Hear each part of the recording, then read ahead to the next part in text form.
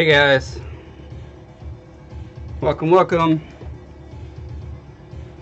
to a very special, spooktacular episode where I'm making bugs, so many bugs, and I'm attempting to do some filming as well for a tutorial because I had all these ideas for how to do hot glue bugs, and so I looked online to see if anyone else had done it, and I hadn't seen it, so here's a little niche I could try to fill. Get some click views on my YouTubes. So I'm just gonna start doing random things with hot glue that occurred to me all day as I was sitting at work and should have been working. I mean, I was working too. I can multitask. So here's one thought that occurred to me. I got parchment paper, which is nice and non-stick for hot glue, and I have baby powder, talcum powder, which I'm surmising I might be able to use as a kind of I don't even know what the word for that is, but it's like when you're making pasta or dough or whatever, and you put flour and you're rolling it so it doesn't stick. It's a non-stick agent. I don't know. Just my thoughts. So, okay. So here's what happens when you put some glue in a blob. You get this blob. Unsurprising, I know. But my question was, if I put some powder on there,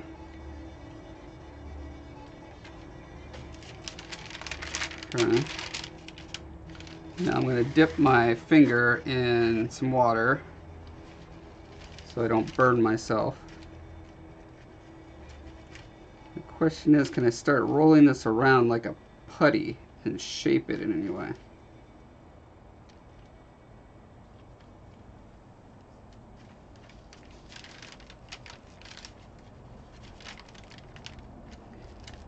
Well, it seems to be sticking to the parchment paper a lot more than I expected it to. Let's see what happens if I just yank it off.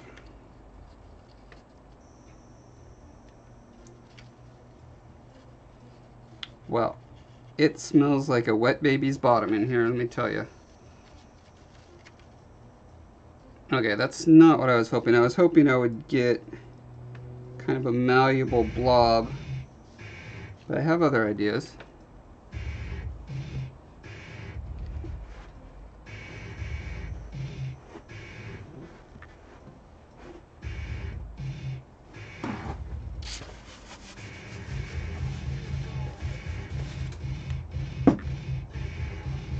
So look at this. I got a candle. Now, if I take this blob of hot glue, so I can hold it with my fingers long enough to heat up to barely melting point.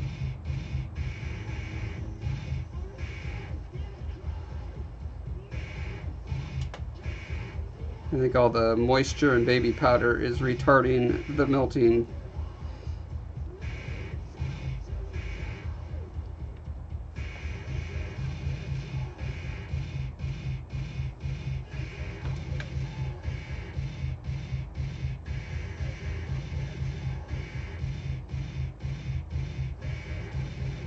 Alright, because this is doing nothing.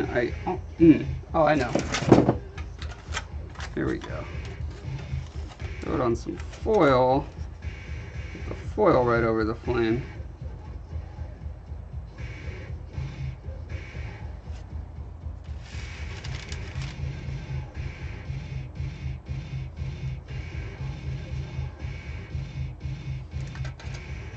Hi, Dottie.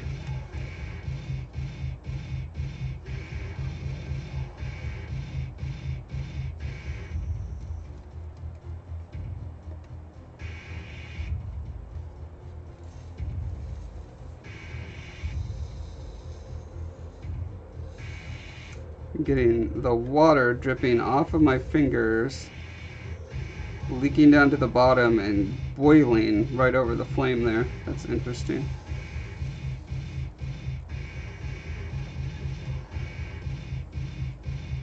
Yeah, if I could find a way to get hot glue to where it's semi-malleable without burning your fingers, that would be amazing. Not necessary for what I'm hoping to do, but it's a stretch goal. Abigail, hello, welcome. Don't think I've seen you around these parts before.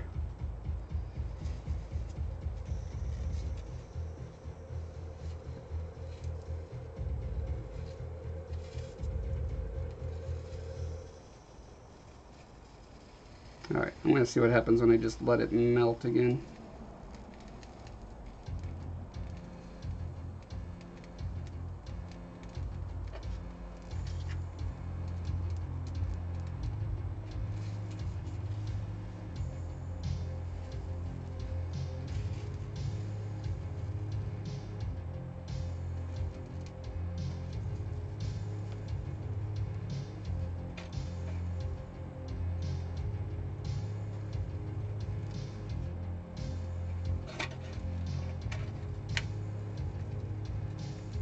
I watched several videos today doing research on hot glue to see what kind of versatile uses and techniques there were.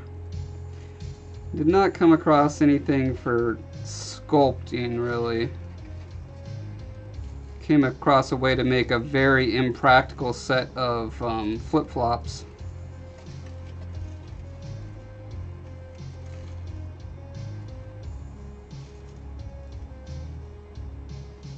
I wonder.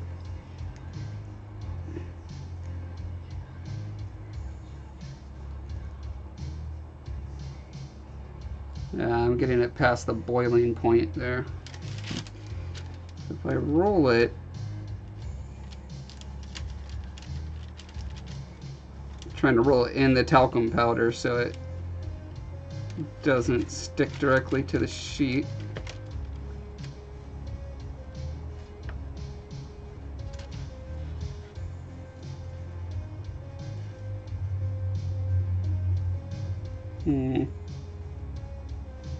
I got it closer, but it's still getting these kind of striations and folds in there.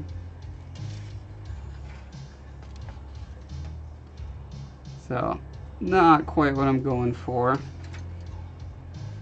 Okay, so I'm going to try this next.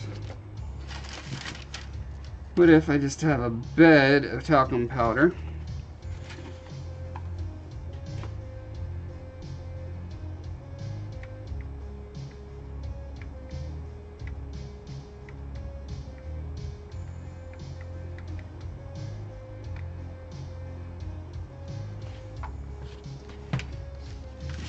And then take and roll that around with gravity rather than my fingers.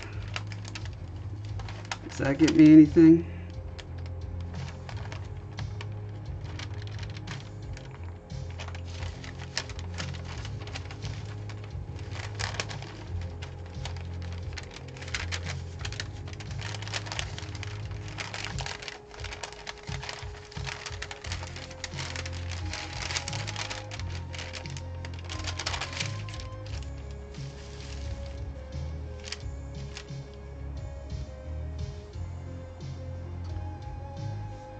Shibboleth, hello.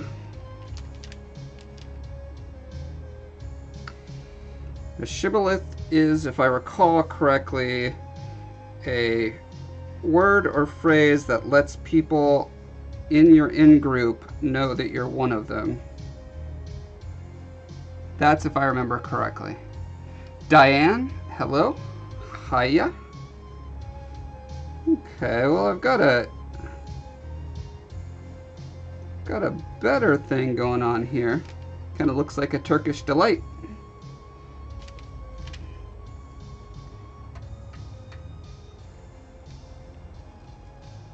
Are you guys getting a bad frame rate from this camera? I mean, besides not being in focus, is it like really sluggish? Because it looks sluggish on my end.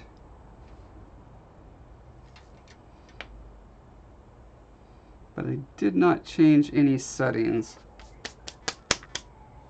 Let me poke at it real quick and make sure I don't have it set at some ridiculous resolution on accident. Hi, Emma. Okay, technical difficulties screen. And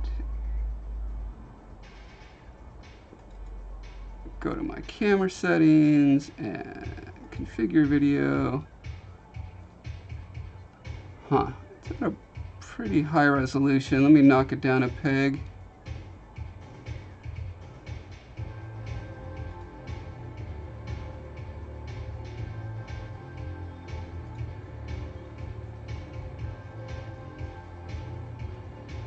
Alright, well, weirdly, that doesn't fill up the screen.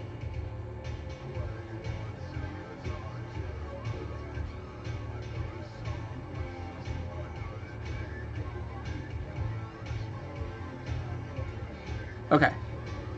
Is that better? It's still giving me choppy playback. Abigail says, sorry, my bad English. You want something malleable. Yep. I was hoping, well, specifically I want to figure out a way to make hot glue malleable. Because I want to do a tutorial like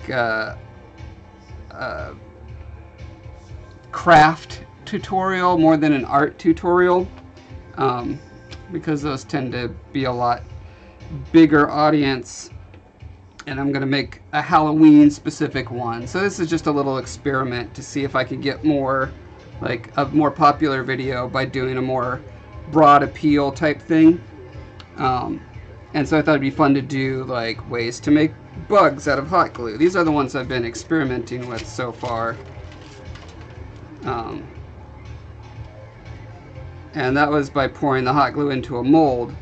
But I thought it'd be pretty cool if I could find a way to actually just play with it with your hands like Play-Doh almost.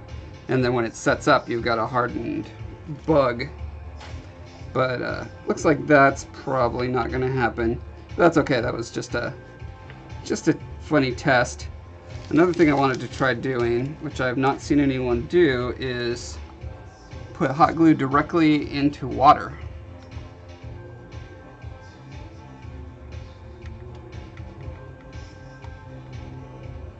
I don't know what kind of funky shapes that's going to make.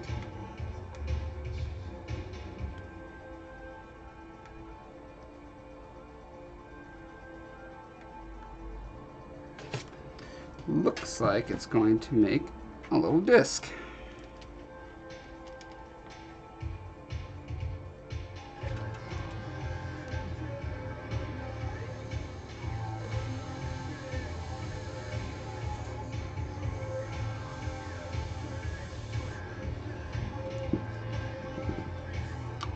Alexander, hello. The Adhesive Bugmeister. Yeah, that's me.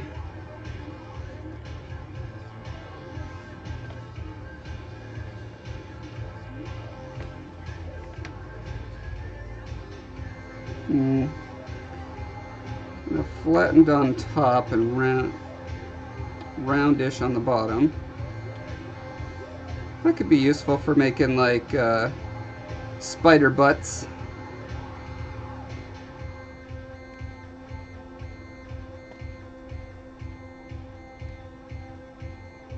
Yeah, I was thinking if we did spiders and centipedes, that means you can probably make most types of insects that way.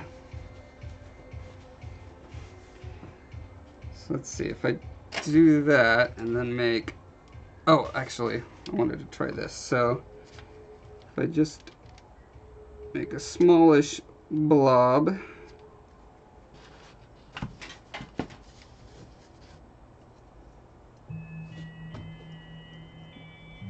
and let's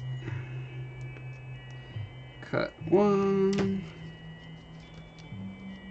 2,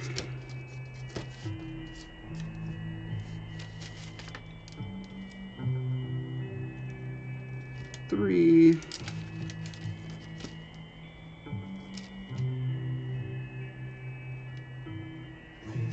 Four. Okay.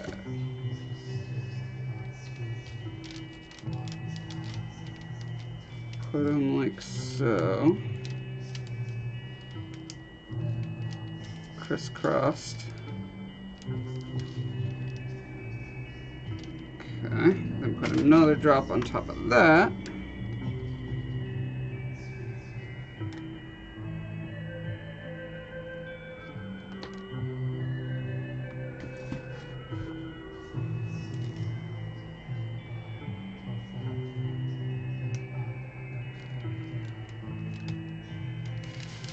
Can you see where I'm going with this?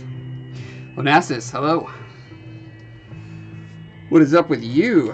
I'm trying to make a popular seasonal hit video that will generate some revenue for me for years to come, when all the moms doing Halloween crafts with their kids are like, what can I do with hot glue? And they'll click on YouTube and they'll be like, what's this weird looking dude doing? Oh, he's making bugs out of hot glue. I could do that with my kids. That's what I'm trying to develop that video. You know, it'll end up on Indestructibles and Board Panda and like share it all over the world. I'll be a billionaire. Get on the Ellen DeGeneres show. Every YouTuber's dream is to get on the Ellen DeGeneres show, don't you know?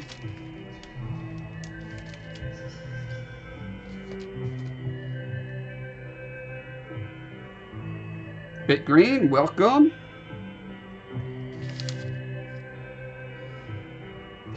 Alright, now I gotta add a little head. Boop.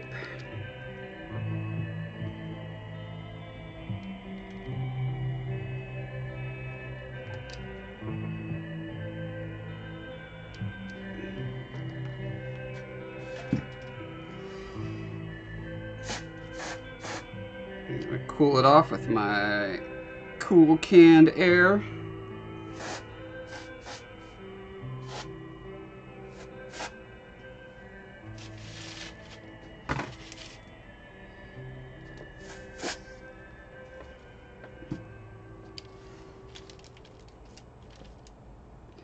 Alright, so because the legs are pre-placed, you should just be able to bend them however you want them.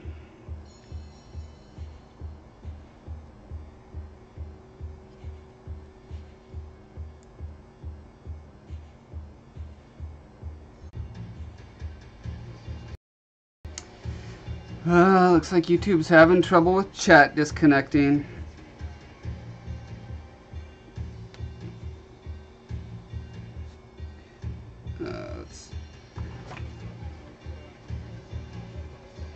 Oh, you know what? I'll bet my computer...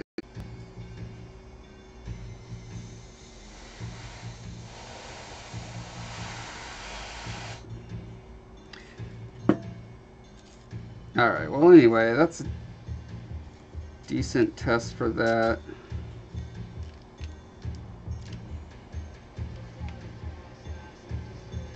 Let's see, the other test I want to do is making a centipede out of balls. So,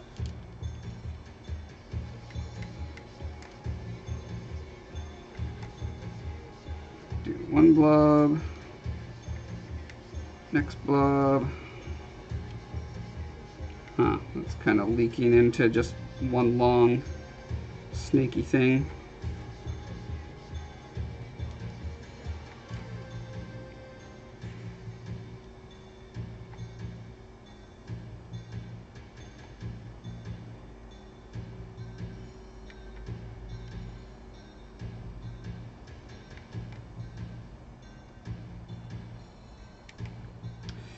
Boy, I'm really wasting my time doing this in little dollops instead of just one long line.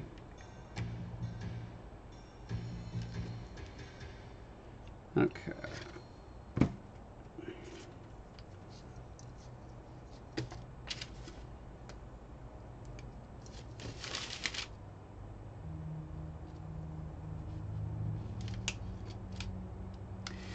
D-Flow, happy Halloween month to you as well.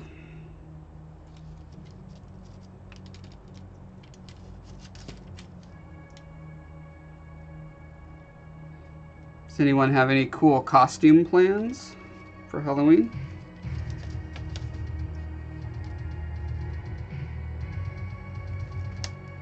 I tend to not do very serious costumes because if I was going to make a costume, I would probably spend 2 years on it and make it just, you know, the best thing ever.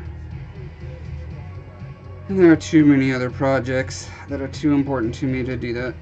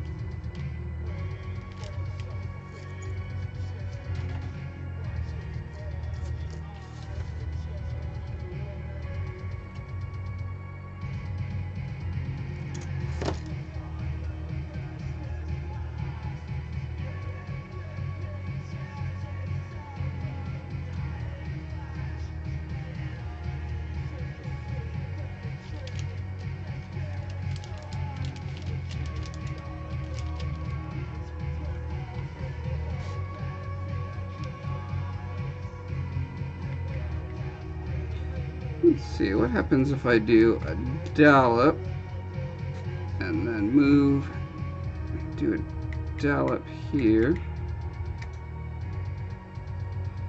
If I alternate the dollops,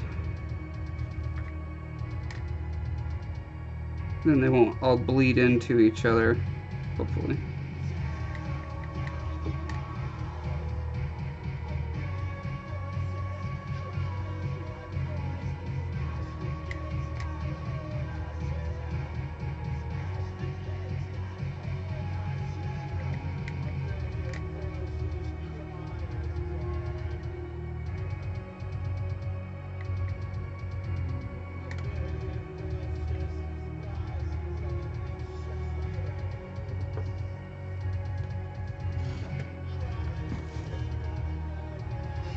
D-Flow says, I'm a fan of just doing something moderately interesting. Some moderately interesting face paint. Costs less than $10, no costume parts to carry around, and can wear any clothing appropriate for the weather. That's a great idea. Yeah, it's wearing like a really big awkward costume that's like really funny or cool is great for the first, 10 or 15 minutes, but if you actually want to do anything besides just stand around and be a prop, it's not gonna work. Emma says, makes me think of that Human Centipede movie. Well, don't think about that movie, Emma. Think about centipedes instead. Does that make you feel better? Centipedes? What if a crazy German scientist got a hold of a bunch of centipedes and hooked them together to make an even longer centipede? Dun dun dun! Diane says, I'm gonna get me a glue gun. Oh yeah, if you don't have a glue gun, man, there's so many fun things you can do with glue guns. Including making impractical flip-flops. Or an impractical wallet. Or impractical purse.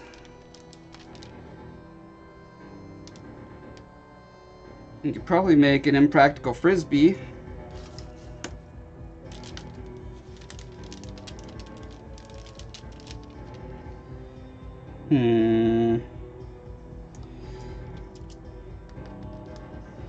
This is not a very sexy centipede right now.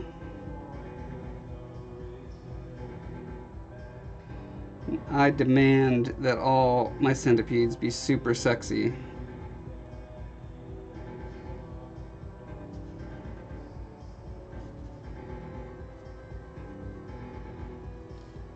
Alexander dislikes all those bugs with the many legs. Yep, that's why I am doing them, because I wanted the creepiest bug that I would like to crawl on me the very least. So that's what makes them creepy. Aw, look how cute. Hey, I'm cute. Hi, Amy. Welcome. Glad you could make it. Okay. Alright, I'm gonna grab some beads real quick.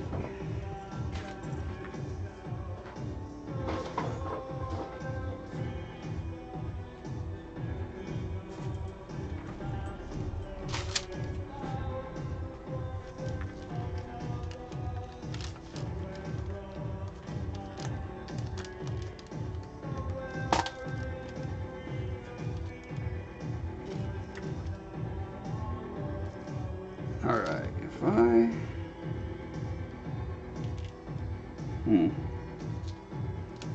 I definitely don't want to place these with my fingers if I'm placing them into hot glue.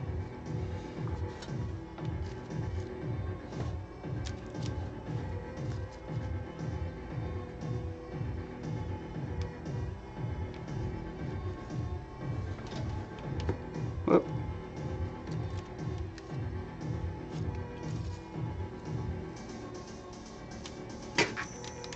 Of course, placing them at all is probably the best plan. Okay, there we go. Up I go.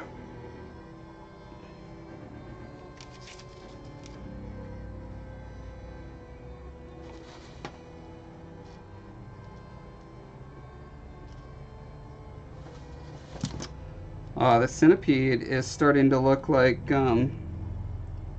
what's the dog's name from Adventure Time? Jake and... I can't remember if Jake is the dog. Finn? Jake the dog and Finn the human. That's it. Okay, yeah. Doesn't it look like Jake the dog when if he's transformed into a centipede? It's like, hey, friend.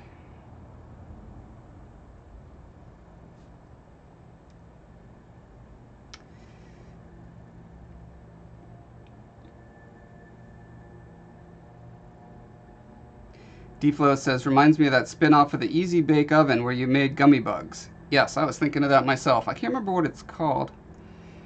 Bitgreen said, but what if it was a millipede made out of centipedes? Whoa. Yes, the centipede millipede. You need to pitch that idea in Hollywood.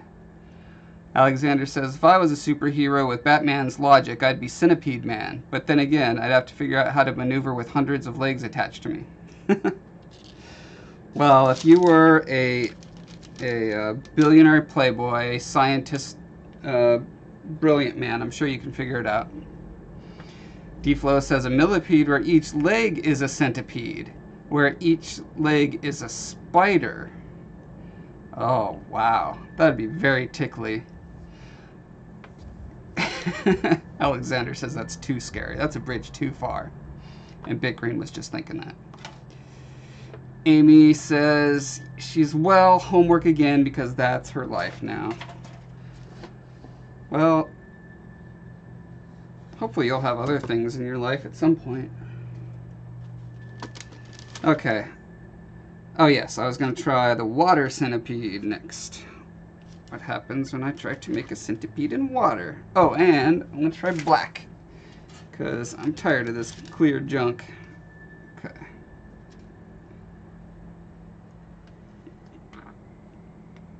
Ew. Looks like a leech.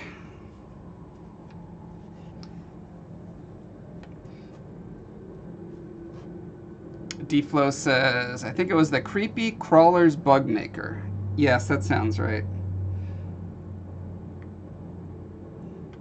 I remember the ridiculous commercials where the boys would run around and scare their sister and their mom, and maybe even their dad, and the reactions of the people to these gummy-looking bugs was just so ridiculous. I couldn't take it seriously. I was like, you'll never get that reaction out of people, sorry. So, that's not really what I'm going for because I need it to be consistent thickness. So let's try just doing it slower.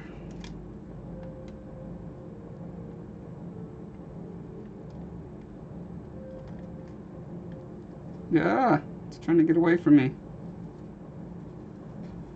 Okay.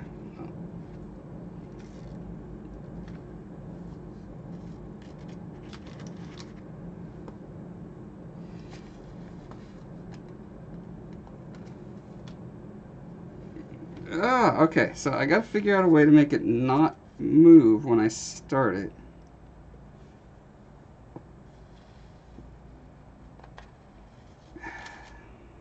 Okay, it's getting closer.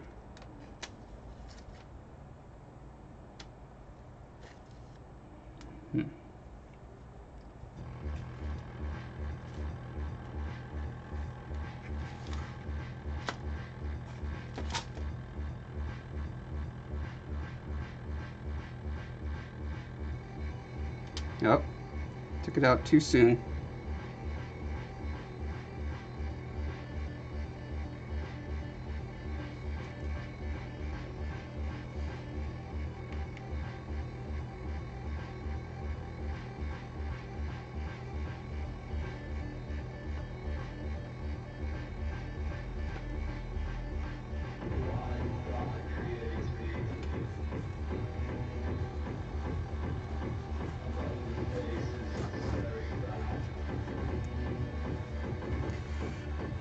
Okay, well, let's go back to this guy, but with black.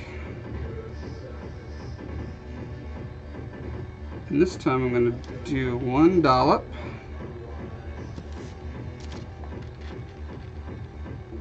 Every other segment.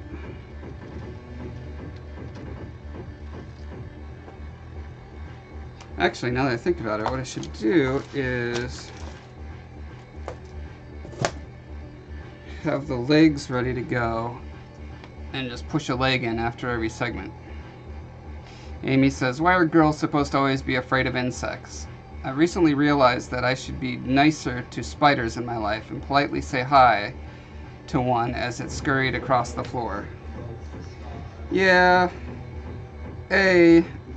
because of stupid stereotypes is why girls are supposed to be afraid of bugs, and B, spiders are very helpful to the whole web of life. I certainly, whenever I can, I try to just take them outside. However, the spiders in our house seem to have a magical vendetta against my wife and have bit her, I think, 3 times this year. And each time it becomes a huge infection that spreads under her skin and turns into like a hardened lump. And we can't find where it's coming from or why. She doesn't feel it when it happens. So we have a kill on sight rule for spiders inside the house.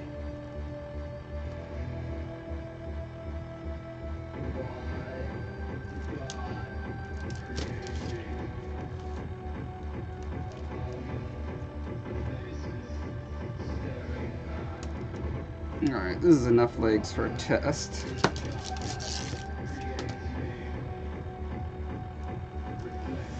Amy says, I just realized I use insects and spiders. Oh, that you use the word insects and spiders are arachnids. Yes, they are. Along with scorpions and what are the whiptail scorpions? Technical name, because they're arachnids, but they're a separate family.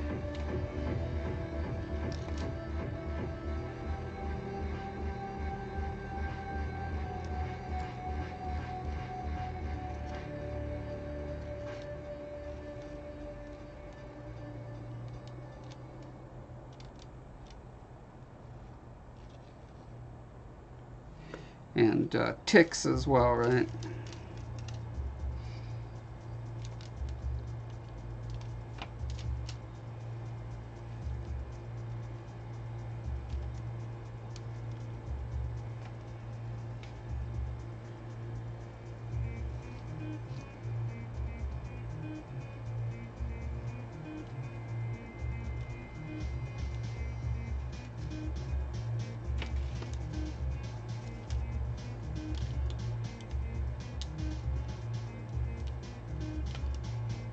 I think I made those blobs too close together.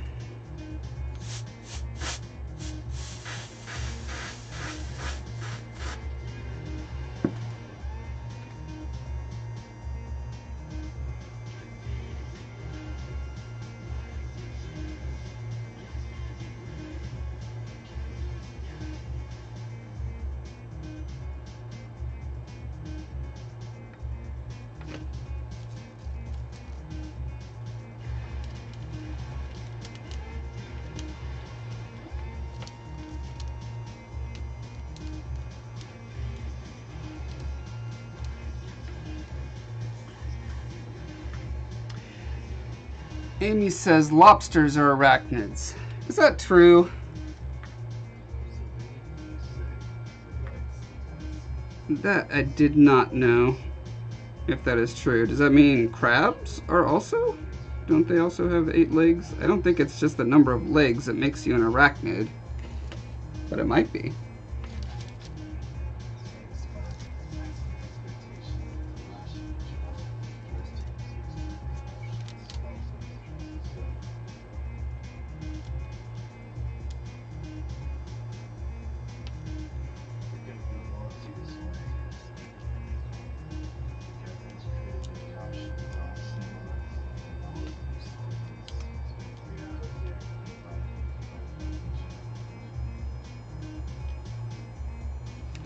Another thing I was experimenting with was using a lighter to kind of remelt areas, specific areas.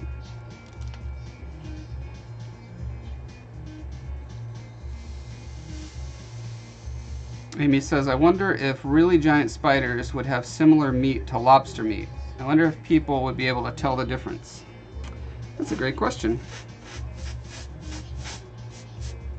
I think the biggest spider is the bird spider. I believe they live somewhere in South America. Is it bird spider or bird eater spider? Something like that. But I don't know if they're actually like the biggest bodied. I just know like their leg span is something like a foot across. Well, I got a nice segmented silhouette at least going on here. Let's see if I do a little drop on each of these. Will that give it some good dimensionality?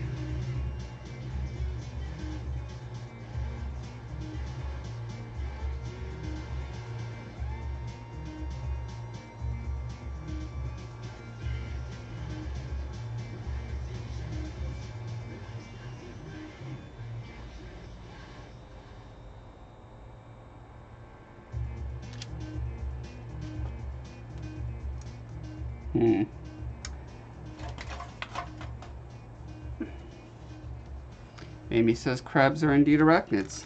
Okay. Good to know.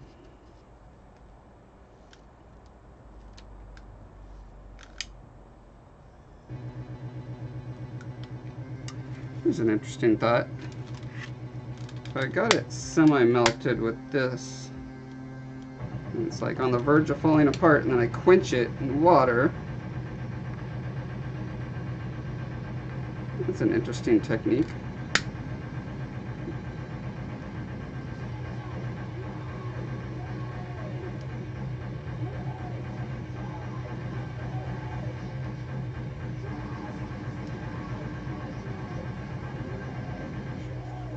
Could burn away the little blobules that I don't like.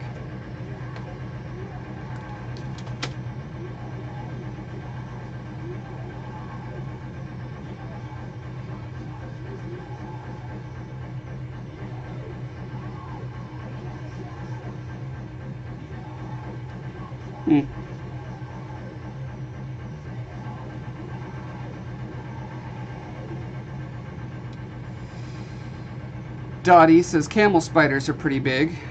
I believe camel spiders are also, I know they're not actually spiders. I think they are still arachnids, but now I'm not sure.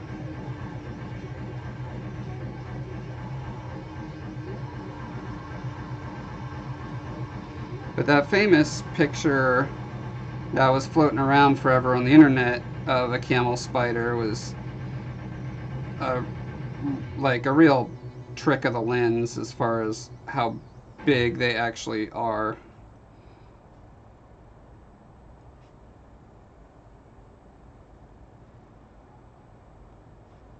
I had a pet tarantula when I was a kid.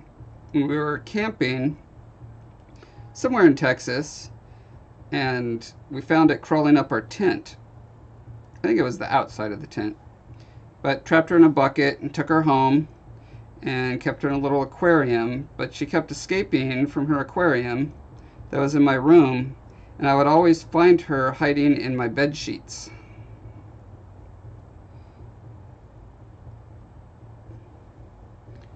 I liked her. I think I named her Rosie.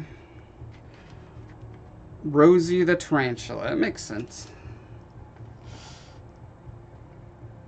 D-Flow says, I feel like the meat would be pretty different due to the different environments. Yeah, I don't know. I'm one of those people that can only eat pig, chicken, cow, turkey. And I think that like everything else just irrationally sounds gross to me, and it's the stupidest immature thing, but it's not unusual for Americans to be that way for some reason.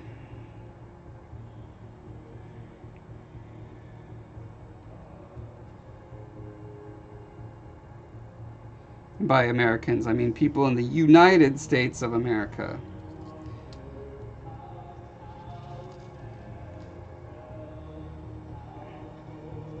Alexander says, might be a little more leg meat, like in the pictures. Could also deform the body a little, though.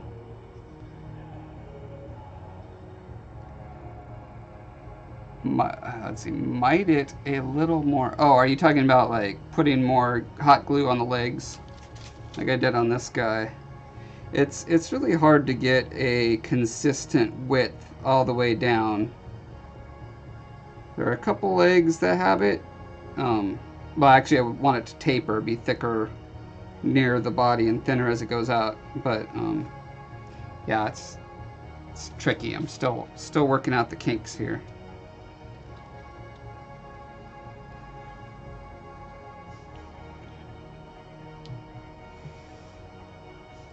D-Flow says, I just described someone's worst nightmare. You mean Amy did, talking about serving someone's spider without them knowing it? Alexander says, only eat land animals? That's pretty common. Yeah, I was a kid when I lived in Japan for 5 years, from the ages of 2 to about 7, and my mom tried to get me to eat all the exotic, you know, octopus tentacles and whatever other random stuff that street vendors had, and I just had really bad experiences with it, and I've never been able to eat seafood since. So another thing I was experimenting with was using this mold,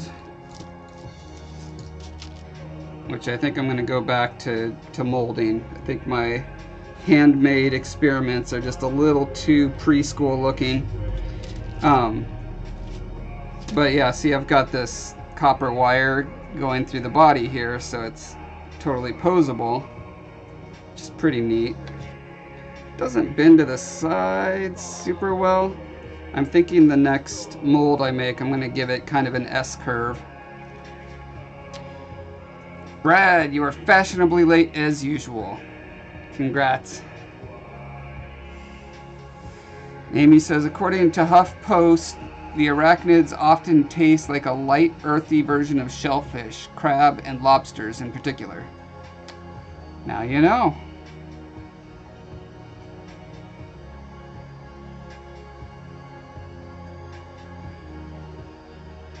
D-Flow says, my worst nightmare is referring to your pet spider escaping and often being found in your bed sheets. Ah, yeah. I mean, I don't think it ever escaped while I was sleeping and come into bed with me. It was, I think, usually during the day. So I remember searching around my room all the time.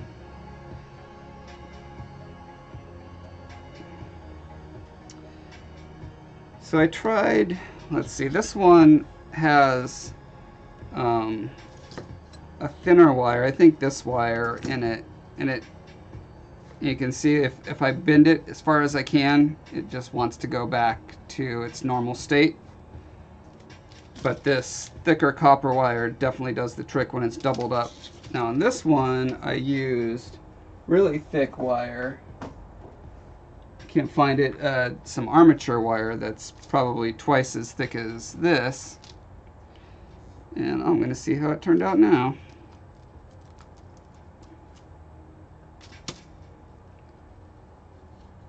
Oh wow. Yeah, that bends like a charm.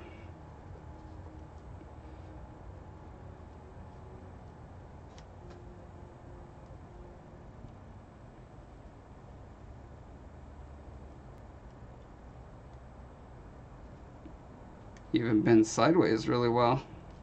Cool.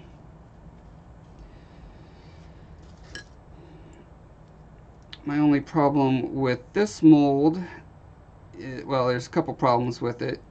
You know, it was my first attempt to try this, so I expected there would be some more revisions, but the body segments themselves, they just kind of end really flatly. So like you can see on this one, here's my scissors, I went in there and I just like clipped the little love handles out in between every segment, which gives it a better silhouette. But if I actually just made my original sculpture more beady and blobby like that, I wouldn't need to do that. So I think I'm going to do a new and improved mold, which means I'm going to need to start filming my tutorial, which means I need to clean this stuff up. So allow me a moment to clean some stuff up.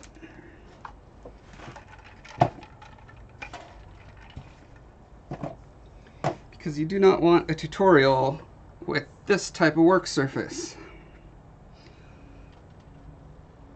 Look at this. Just totally inappropriate.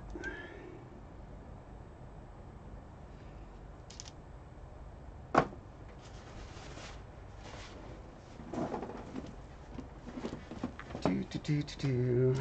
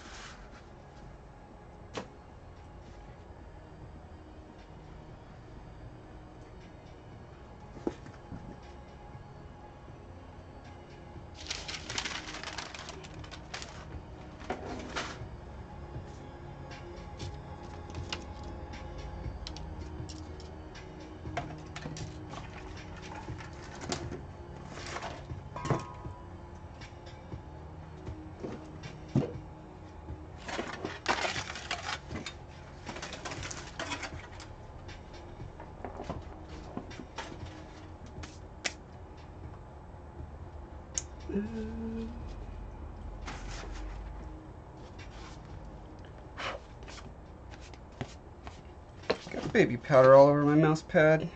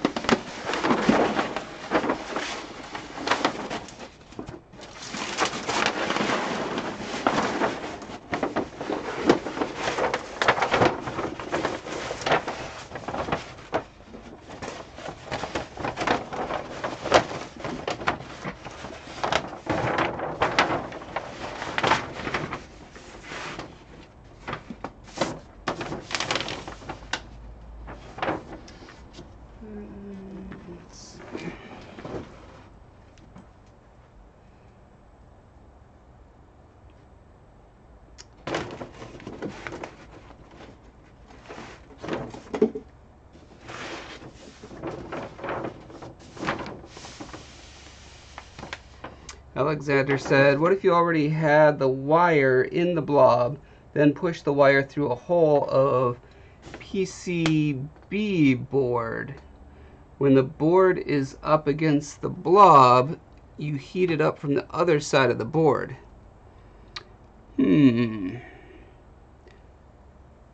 not sure what a PCB board is. Then slowly move the board away down the wire. To smooth the legs out? Tell me more about what a PCB board is, if that's what you meant. And, of course, I forgot something in the other room. One moment.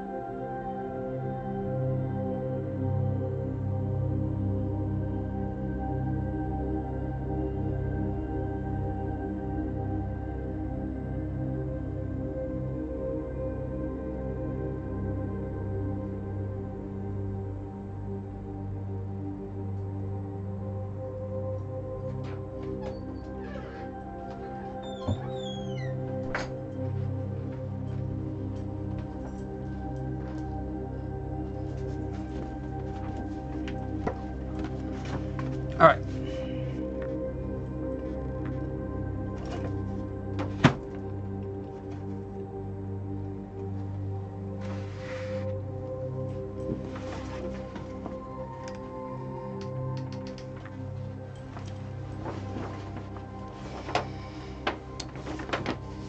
Alexander says PCB boards are the boards with the conductive holes in them that people use to make circuits with. Okay, that's what I thought.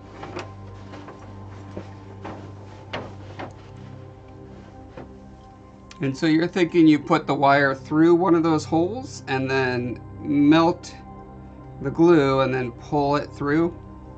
I guess pulling it through any kind of small hole would probably do something like that, huh?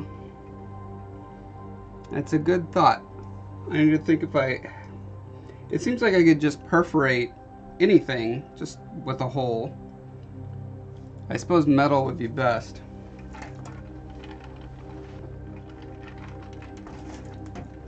Let me see if I have some thin metal.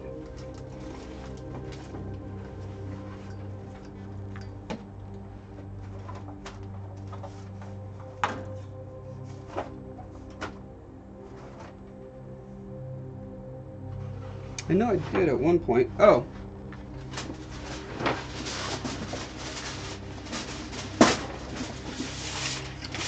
You know what? Aluminum foil is thin metal.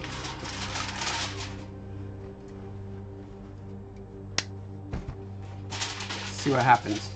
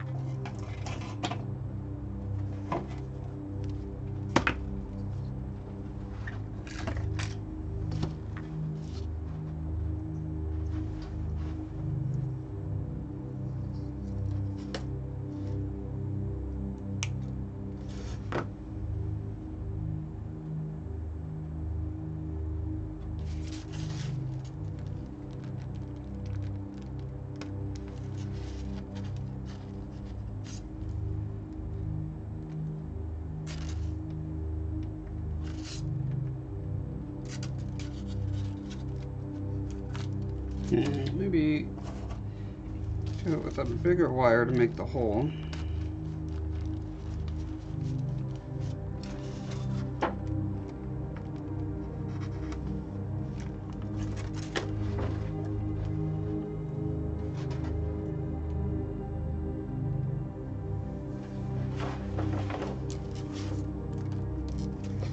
All right, so stick it through there.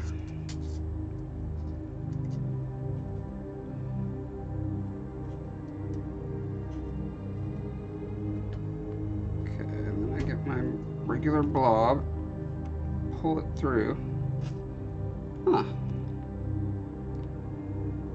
Yeah, that definitely gave it a nice uniform coating.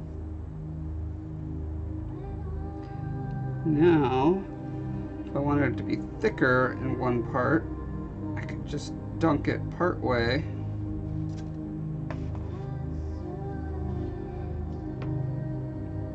So that's an option, although I would want it to be thickest here, because unless I cut twice as many legs and like stick each one in individually.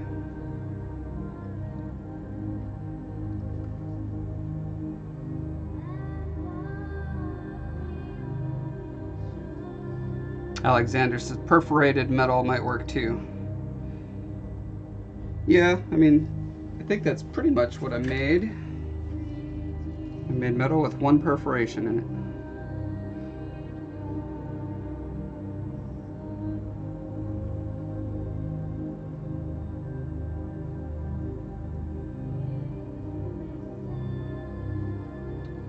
Yeah, that's pretty cool.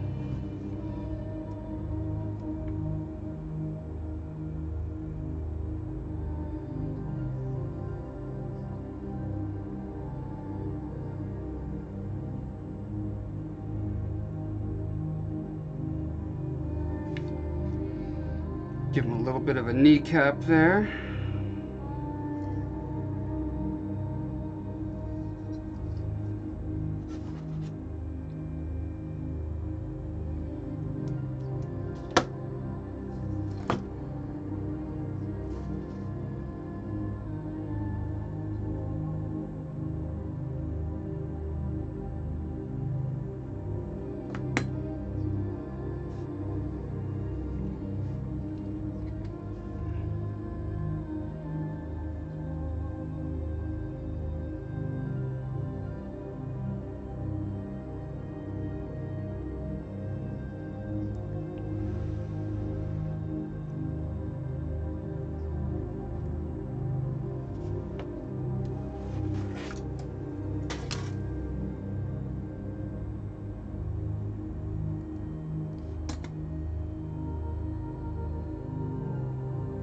Oh, that's quite nice.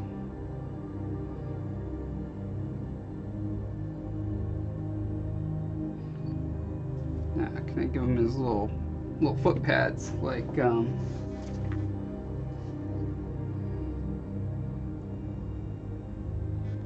guess these guys don't really have pads big enough to see on the end of the little scythe legs.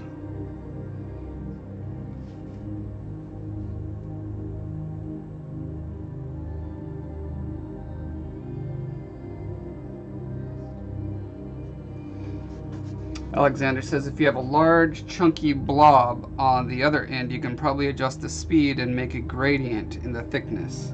Yeah, that's what I was trying to do with this guy. It's just and it might be something if I practice long enough I'd get really good at, but you can see it's very inconsistent results there.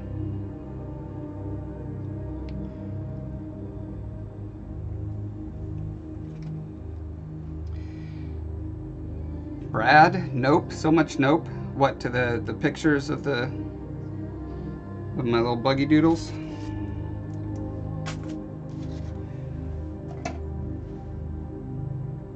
So let's see.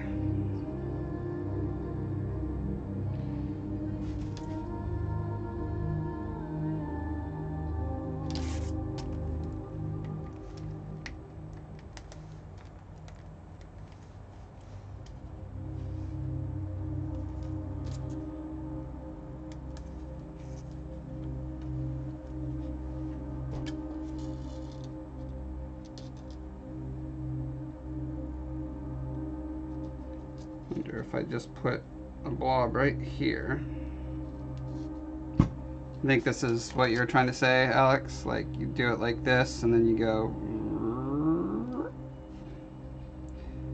Looks like it stays the same however fast you do it.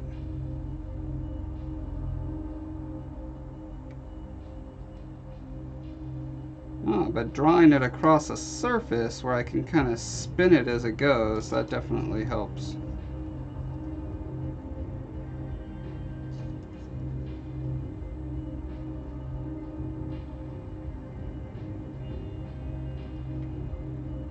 Nasir, hello Nasir, welcome.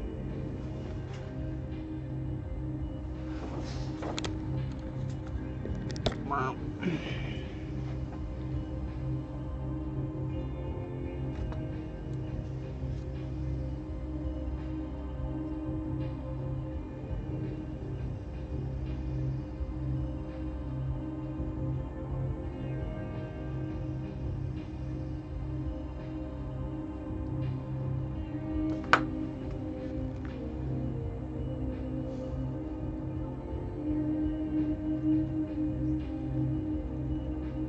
When I draw it really slowly out, I can leave a nice little knee spike.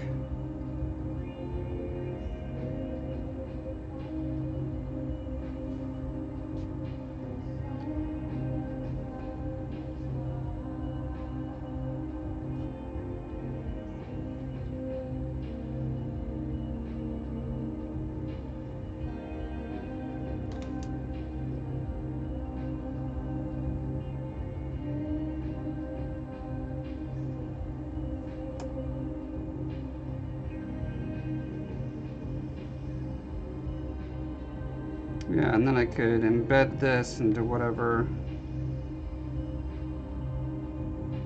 guy I've got. I'm wondering if I want to do the well, okay, so I can hot glue legs after I do the main mold for the body. So I'm going to start with that. Use these guys as my little samples.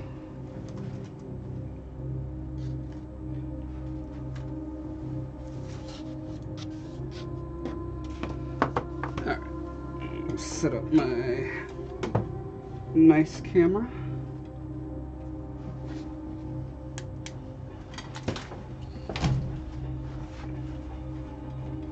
Try not to destroy my studio whilst doing so.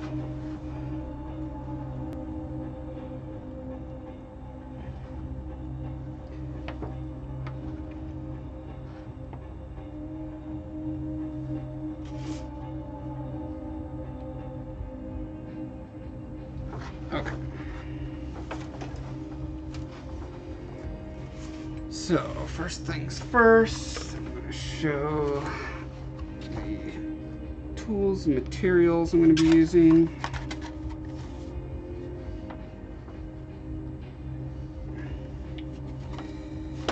So that's Amazing Mold Putty.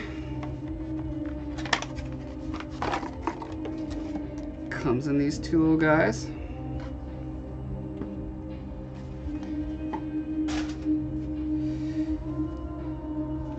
And I'm going to be using steel stick, but you could use any kind of stuff, which I should show that any stuff.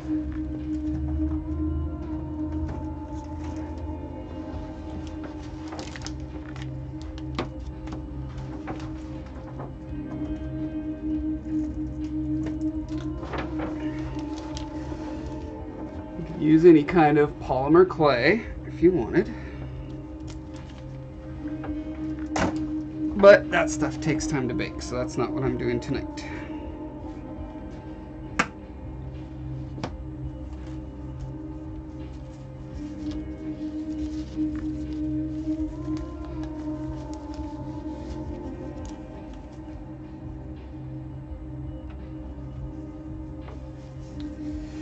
Dottie asks, how was my anniversary dinner? We did not have an anniversary dinner, unfortunately. Heather is just very ill, and the thought of eating made her very sick. So, as usual, she was able to choke down some chips and a little bit of ice cream, but that was the extent of it. We just stayed home and watched Stranger Things, several episodes of Stranger Things. It was nice. I like just hanging and chilling just fine. Nasir says, Josh, if you made a salad with cucumbers, is it just a salad or a fruit salad? Oh man, that's some challenging words right there.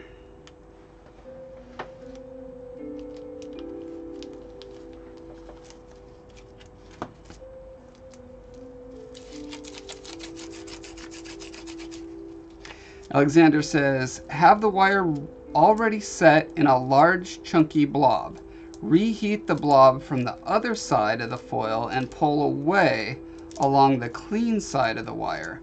While pulling, you're melting the blob on the other side of the foil. Okay, let me imagine. So, if I'm doing that, if I'm pulling it away, then I'm just going to end up with... Oh, are you talking about for the thicker part? Amy says, oh, that sucks. Give my wishes of health to her. Alrighty, I will.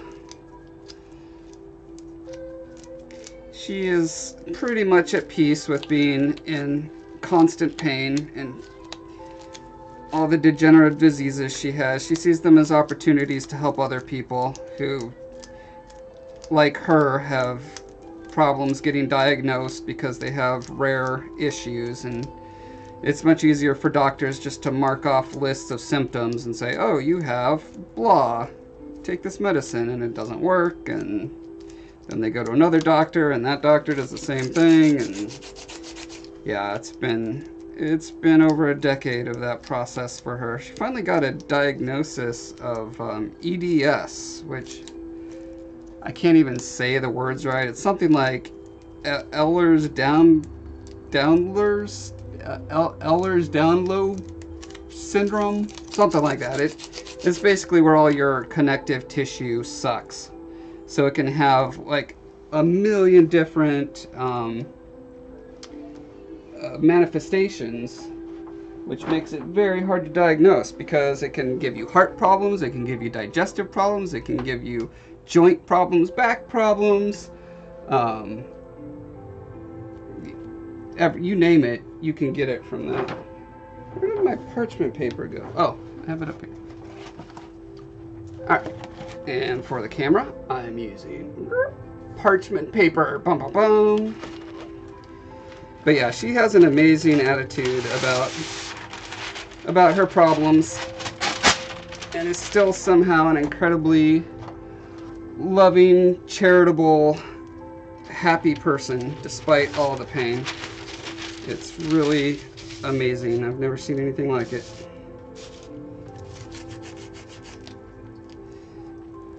Alright, so I think I'll start... Oh, actually I wanted that snake. Let's go back to the snake.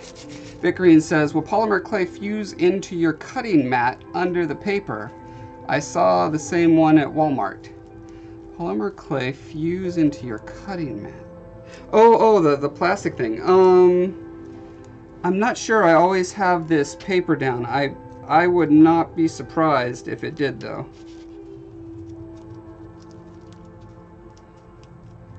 In fact, I would be surprised if it did not.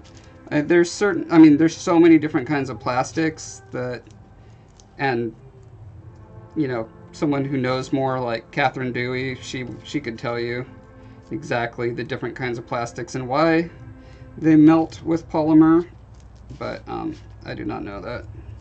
I just know that I've had it happen enough random times that I just avoid all plastic. I know it happens with CD cases, which, I mean, that's not even really a thing people have anymore, so that's not a big deal, but...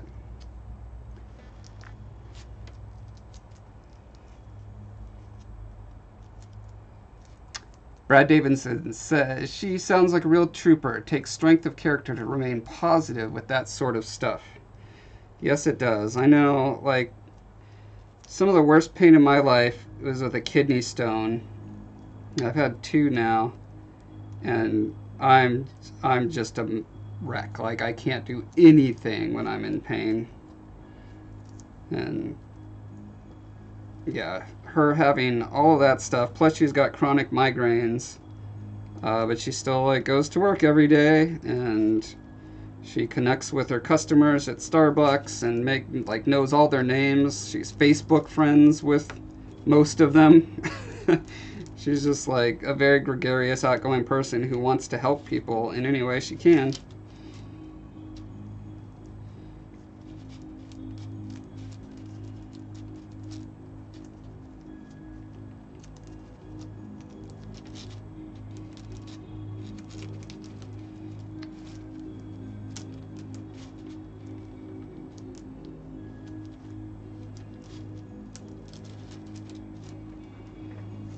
Alright, so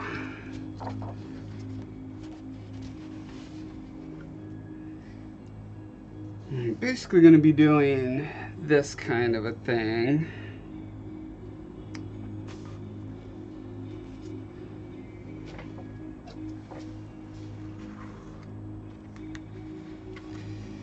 Dipping my tool in water.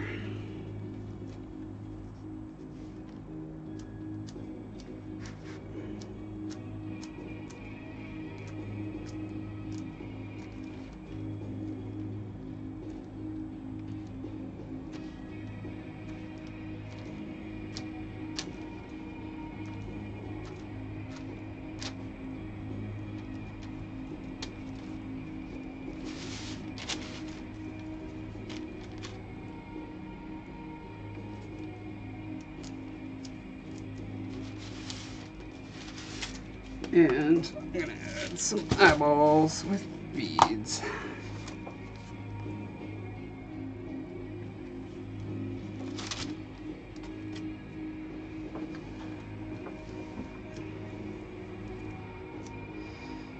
Alexander says, I might try to give that idea a shot tomorrow. Let you know how it goes in a later stream. Yeah, absolutely. I'd love to see exactly what you mean.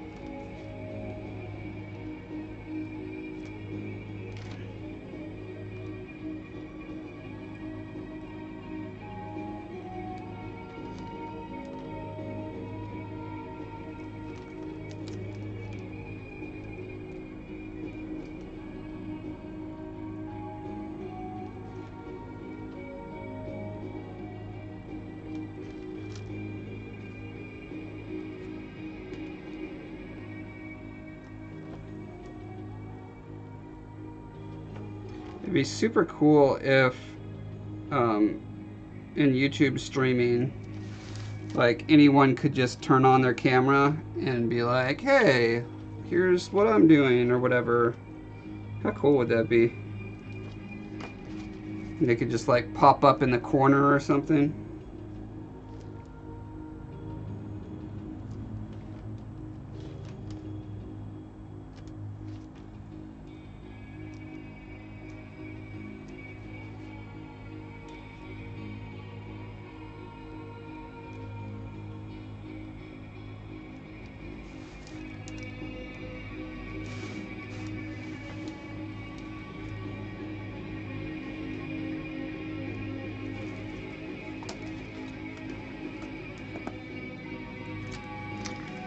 Diane says, I have similar issues going on right now. I feel her pain. Bless her, getting a diagnosis is half the battle. She sounds like she is strong, and she is lucky you are understanding. Yeah, we're very lucky to have each other.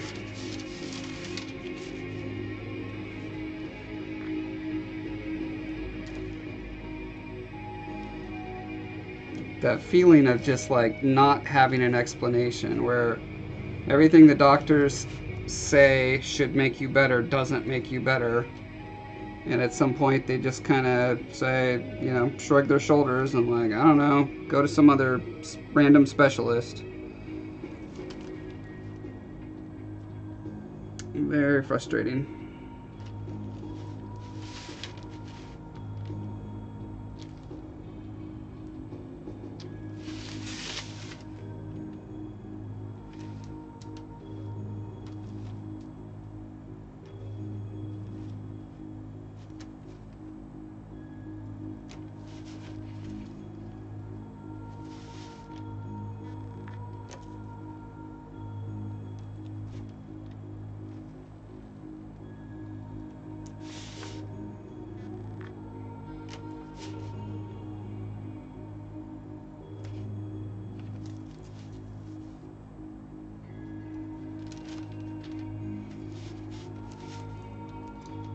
Now this time you can see I'm making sure to leave lots of divots in here. Like, I want it to actually undercut a little bit. Usually for push molds you kind of want to avoid that, but since it's a flexible mold and the hot glue is pretty flexible as well, you can get away with quite a lot of undercut.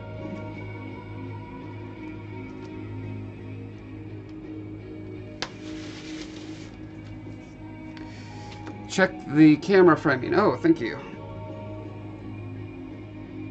Yeah, it would help if you could actually see what I'm talking about, huh?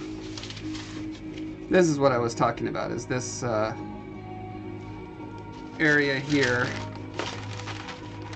On the other one I had it like pressed straight down to the bottom, but I actually want to pull up and under here a little bit to get some undercut. Because there's no reason not to have more dimensionality to this bug.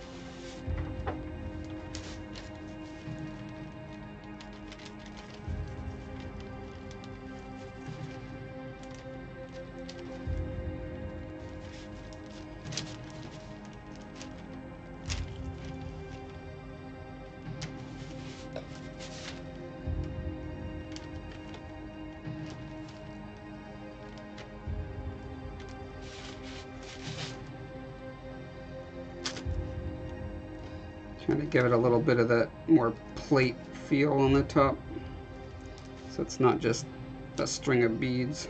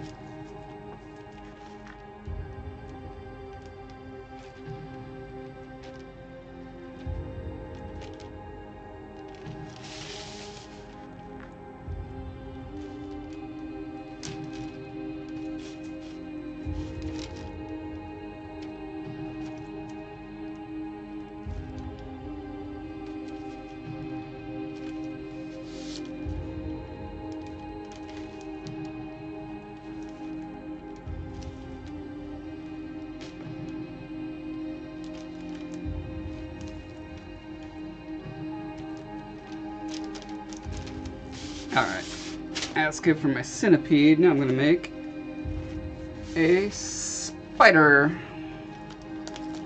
But I'm going to make an interesting spider. I'm going to give him a skull butt, because skull butts are cool.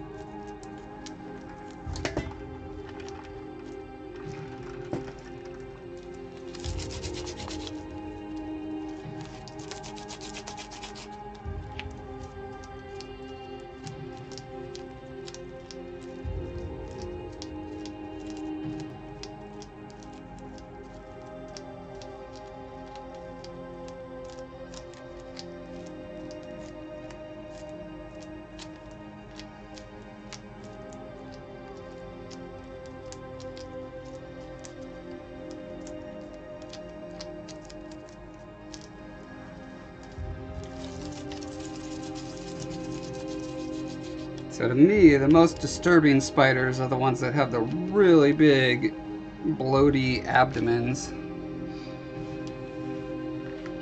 And I'm thinking, what if this spider had not just a bloaty abdomen, but a skull-shaped bloaty abdomen?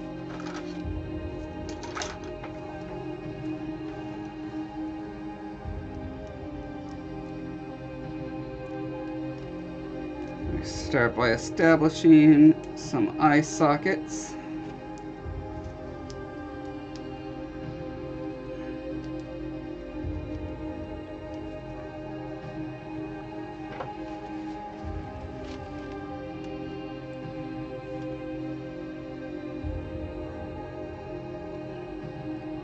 Give him a little nose.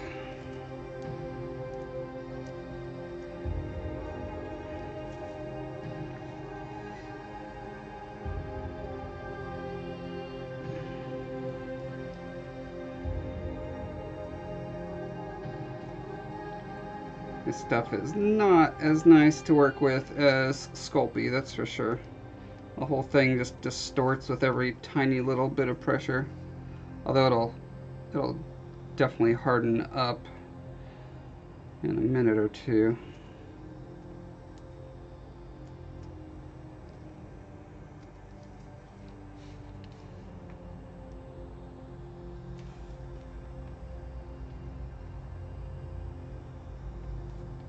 Brad says, skull-shaped like the spiders in the Legend of Zelda games. Yep, like the Skulltulas.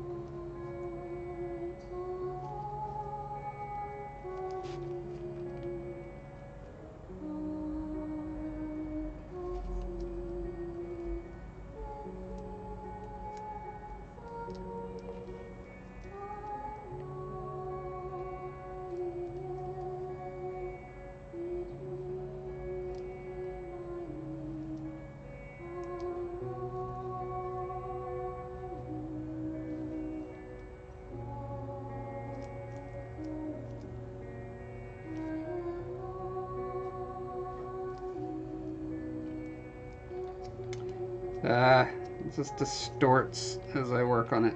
I'm going to set this aside for a moment. Make the rest of the body.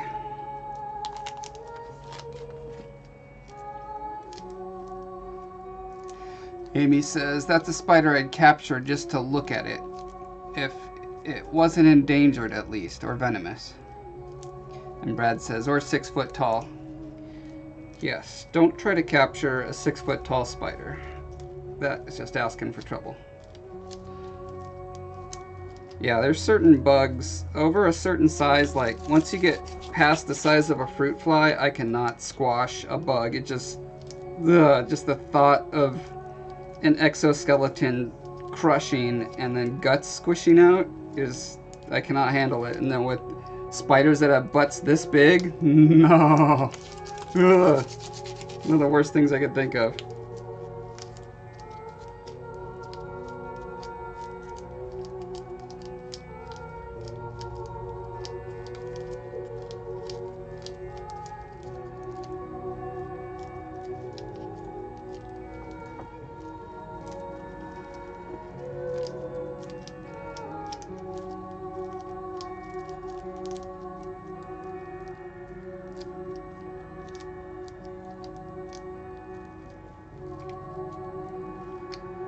Alright, so probably want the rest of the spider to be pretty small by comparison. It's probably the body about that big. What is this? The thorax is the middle part.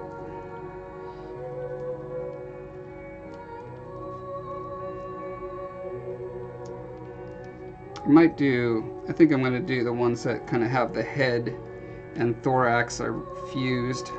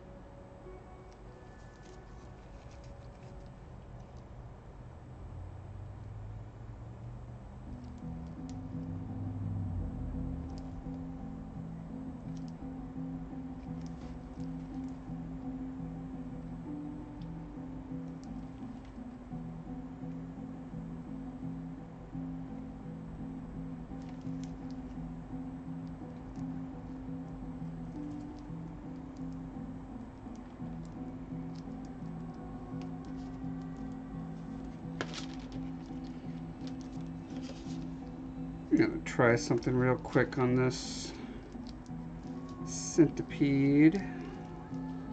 Just want to see if I can give him a little more interest on his segments.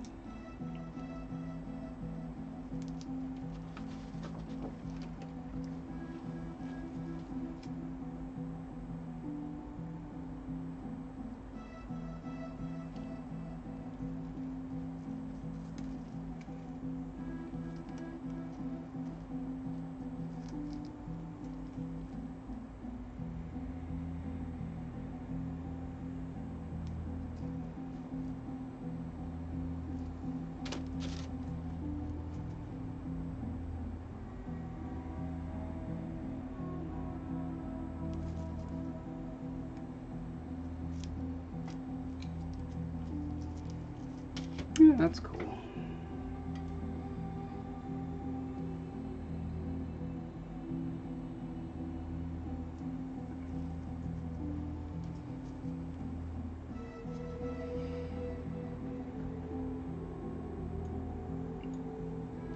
Diane says, I have some big spiders outside my back door right now that keep making webs I have to avoid every time I go out. I might study them tomorrow. Cool. Amy says, in Soviet Russia meme, except Australia. Ozzel, 1605. Hello, Ozzel. In Bogan, Australia, spiders crushes you. Is that a good accent? It's the best I can do, so it must be good.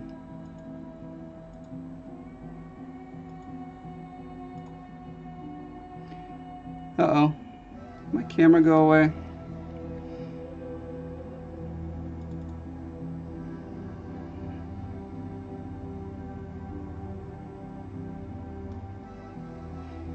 Sorry guys, I made my camera go away somehow.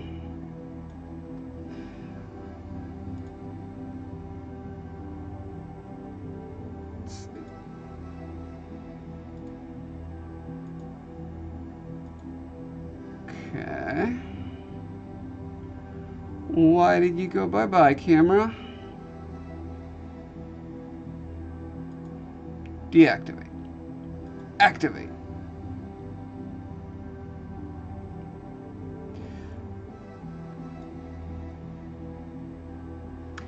Nasir says, I don't think you could tame a wild spider.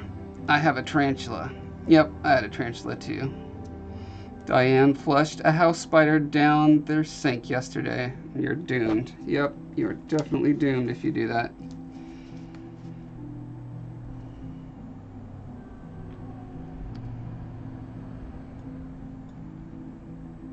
Well, guys, I don't know if my camera literally just died.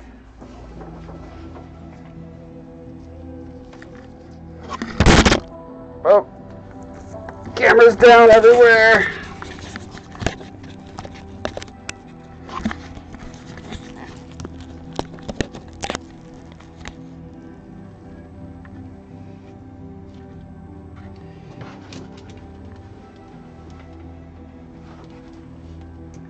Okay.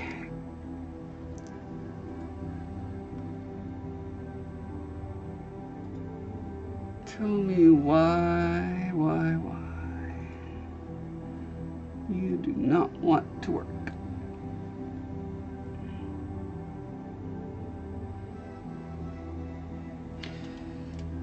All right, I think my final option is to grab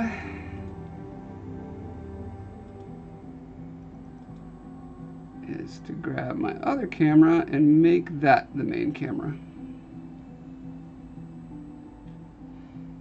So let's see.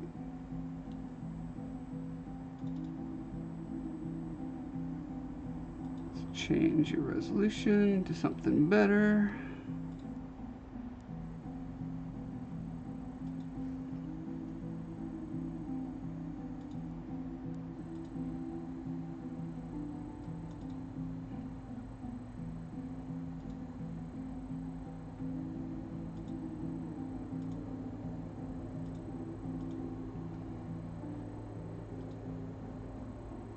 Okay, move you over here. Bump. Get rid of this guy. Figure out what his problem is later.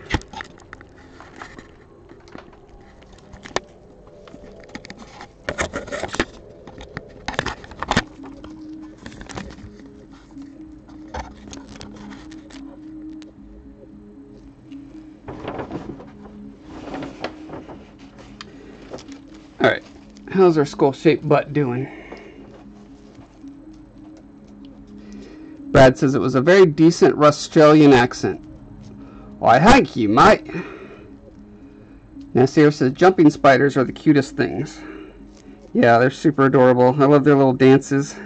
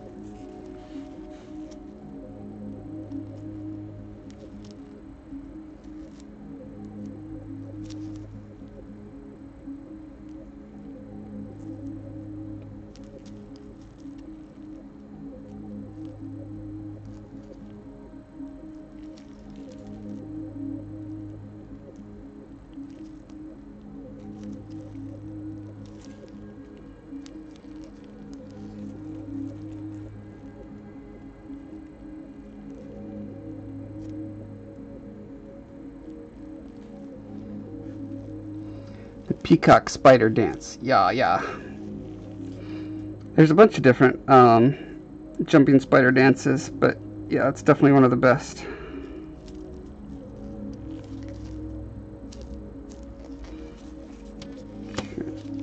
Try to put some eyeballs on this spider.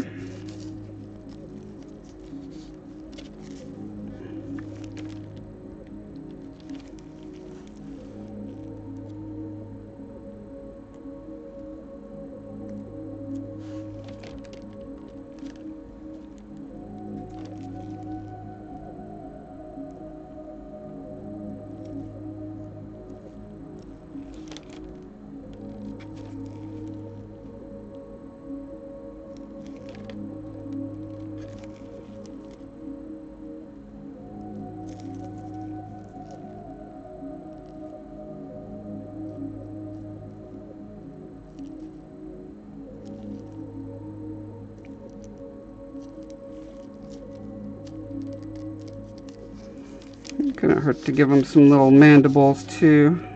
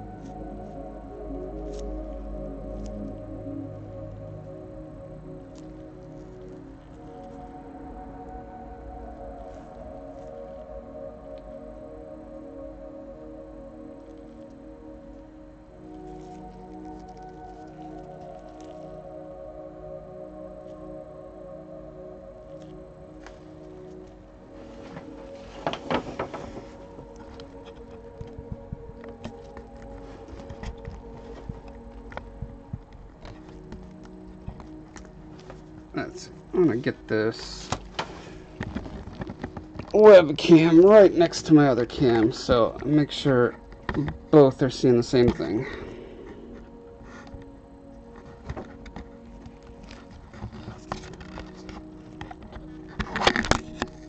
Well, that's not the same thing.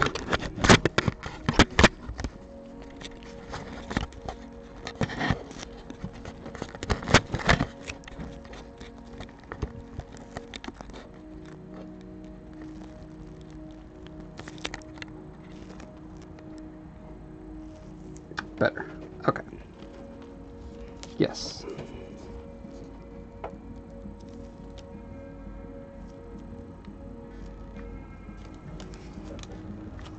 Okay. This is too gummy to do anything with. Oops.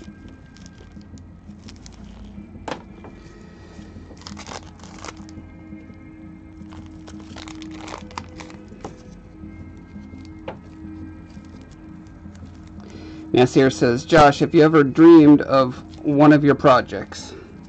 Oh yeah, all the time. Sometimes good, sometimes bad. My craziest dream on a project was when I was working on the game Descent 3. It's a game where you're like in a spaceship flying around future cities and moon bases and stuff, being attacked by robots, but in our editor, we had it set up so that the way you actually applied textures to the geometry that I built was you would shoot like lasers at the wall, and whatever the texture you have selected, it would paint that texture on the wall. So if you needed corrugated metal or, you know, rusty walls, whatever your texture was, you would shoot it onto the wall. And I was working on a particularly ambitious city. I was making New Seoul, like Seoul, Korea. So it was like Seoul from the future, and we were crunching for like almost 6 months on this project, and I had a nightmare where I kept shooting the textures onto the, I was flying around the city shooting textures onto the wall, and they kept like sliding off as I would shoot it on one thing, I would go to the next, and then I'd look behind me and I'd see that the textures were sliding off the wall, and I had to go back and redo it, and then they would slide off and I'd redo it and redo it. It was very frantic, panic-inducing nightmare.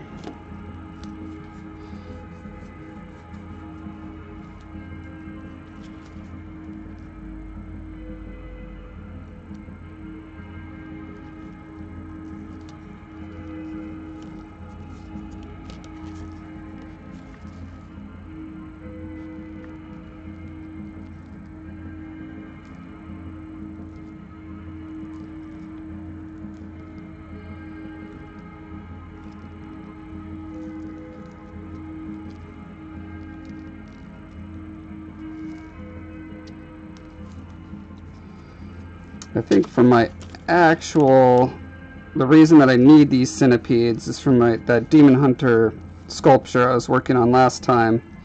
I think I'll probably sculpt those out of Super Sculpey and bake it.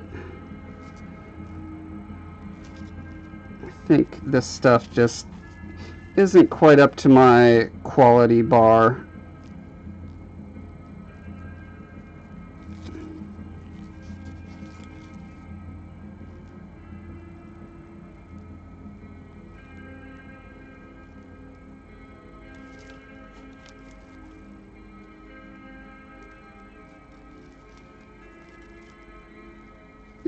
It's frustratingly close to my quality bar, but not quite there.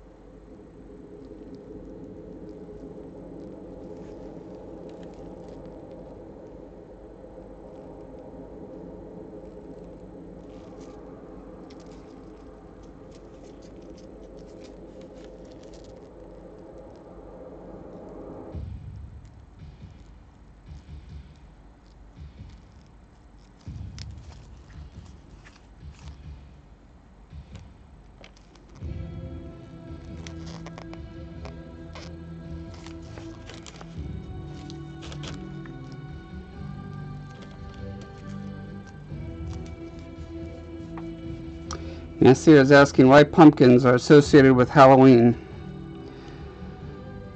My guess is because it's around harvest time in North America, at least. I think a lot of Europe as well. Pumpkins are the crop that is becoming available at that time.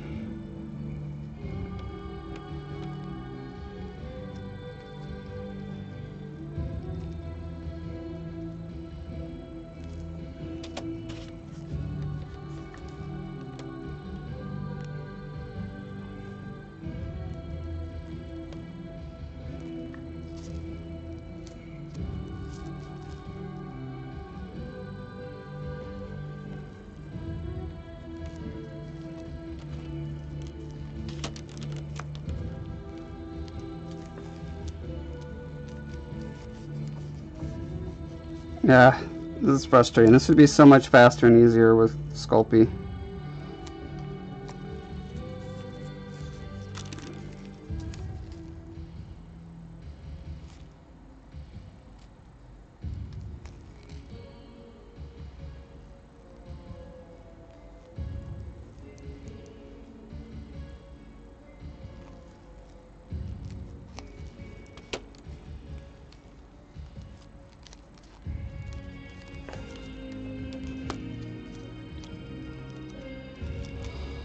Brad's asking, how long does that gray stuff stay workable, and how long till it cures entirely?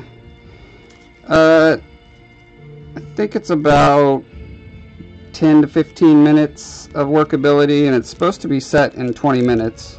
I think like totally as strong as possible in 24 hours, but you can definitely mold it within half an hour. That's why I'm using this stuff particularly, is because I thought it'd be cool to be able to do the sculpt, make the mold, pour the hot glue all in one sitting, but I think I'm not quite happy enough with this sculptural quality to make this the actual tutorial. That's fine, just more practice.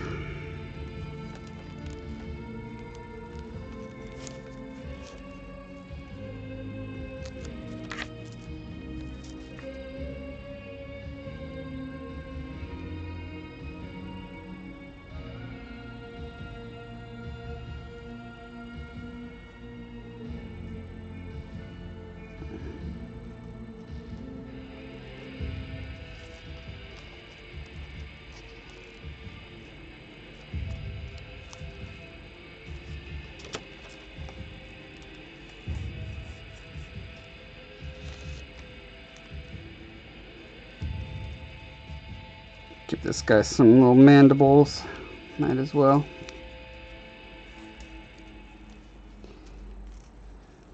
Amy says she likes pumpkin, but don't miss it when it leaves.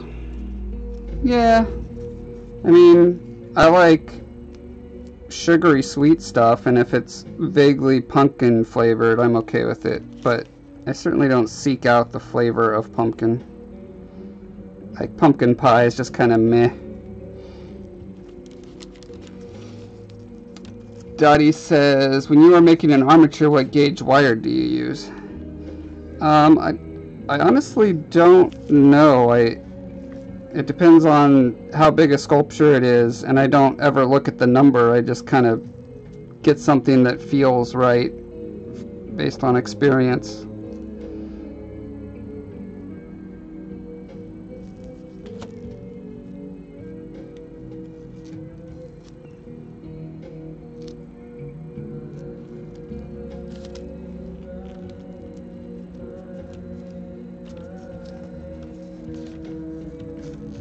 Although now that I think about it, I might as well do,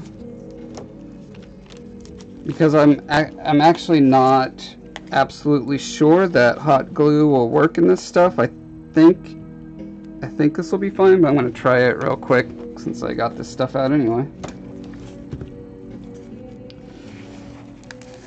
Brad is asking, have you used the Citadel Games Workshop product green stuff? If so, how does it compare to this gray stuff? So green stuff is an epoxy-based clay. This stuff is intended more for industrial purposes, so it's not really formulated to do sculpting. So green stuff is better than this, but the thing that I'd use instead of green stuff is epoxy sculpt. It's just way more economical, and the properties are close enough that I don't know. I've never tried doing like super teeny tiny people, so maybe green stuff is better for that. I have a hard time believing that, but it could be.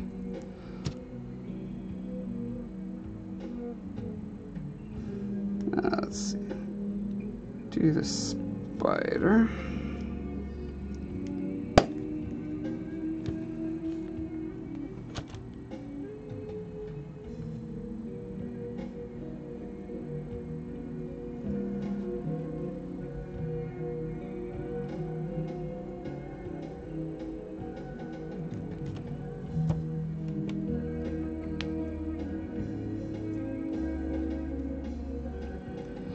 Nasir says, Josh, make a life-size cleaner for Halloween. He fits into the season. Yeah, I would. And I definitely am going to make a life-size Scola at some point. If that's what you're referring to. Yeah, because he's only like 2 feet tall, so...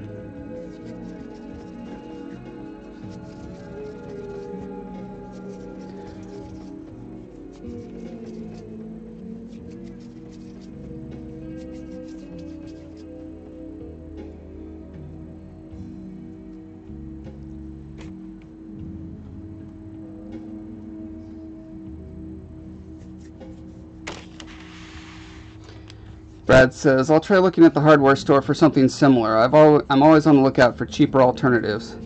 So the Aves epoxy sculpt you're not going to find at a hardware store. It's made for sculpting. You can get it on Amazon or I think most art supply places. I've never seen it at craft places like Michael's or Joann's or Hobby Lobby.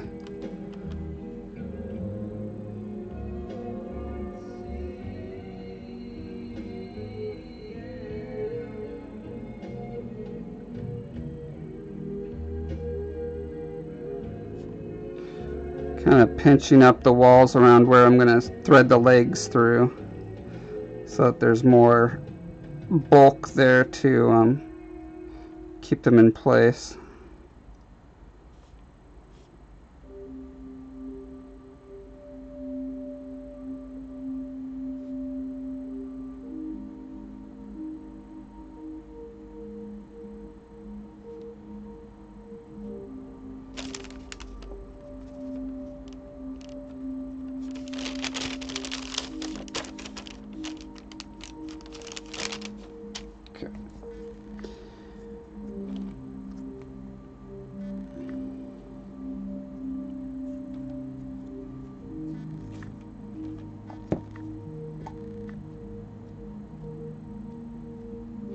Nasir says, yeah, I don't know his name, but you referred to his people as the cleaners. Yep, his name, the particular cleaner, which is kind of slang for them, his name is Scolla. S-C-O-L-L-A.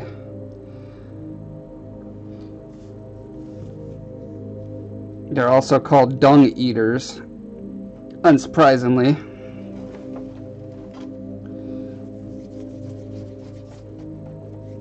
They just refer to themselves as the people because in their minds they're the only really sentient race. Everyone else is kind of below them.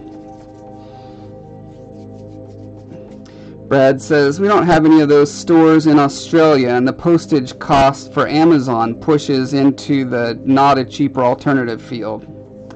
Oh, well, that stinks. It seems like it's a product that would have a supplier in Australia. I mean, Australia is not a tiny place. I'm sure it's got artists there, you know.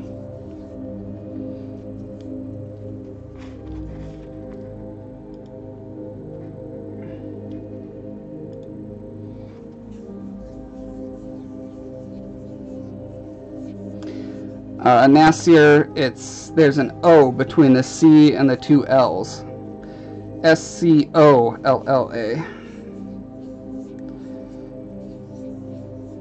Scolla the Scholar. I don't think he's ever called the Scholar, but he is a scholar. That is his job. He's trying to write a scholarly book that will get him famous and find him a mate.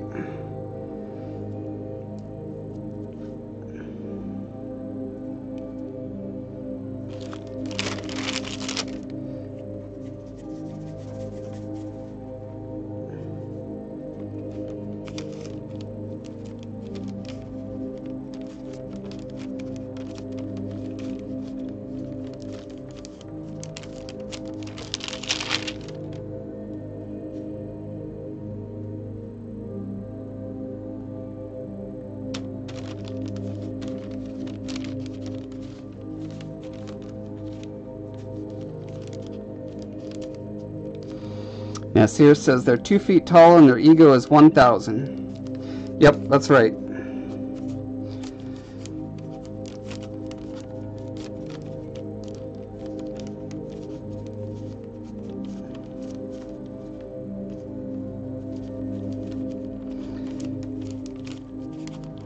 And so the creatures that they're descended from, I think I told you before, were parasites on the back of these super giant things called the Magismontum, and they're like huge dinosaur-sized creatures, And so obviously most people don't mess with the Magus Montum in Talifar. And the fact that the Magus Montum let Skola's people ride on them and actually want them around because they groom them, it probably gives them an inflated sense of ego as well, that the most powerful, intelligent, next to the people, of course, race is their buddies. They actually Skola's people go into a chemically induced euphoria, like they feel lovesick whenever the Magus Montum are around, and they just want to be on them and around them and grooming them. And they carve the beautiful designs into the Magus Montum's head crest. If you could imagine, kind of like a Triceratops has that big plate on their head, the Magus Montum have something like that, and Skola's people decorate them by carving into them. Alright, so let's see this guy ready. Just about. BitGreen says, "Oh, the janitor aliens. I was wondering about them. Can Skola hold a regular human pen to write with his weird six-fingered hands?" Nasir says, "So Skola is a writer, right?" Yes, so he is a writer. They do not use pen and paper. They use their little fingers to do like punching in like a braille type language onto paper or leaves, whatever they have around. They can just like write just by going. So it's more like typing, but they're very fast at it since they have 6 fingers. Alright, so got glue ready to go. Yes. Okay, I'm gonna make some legs.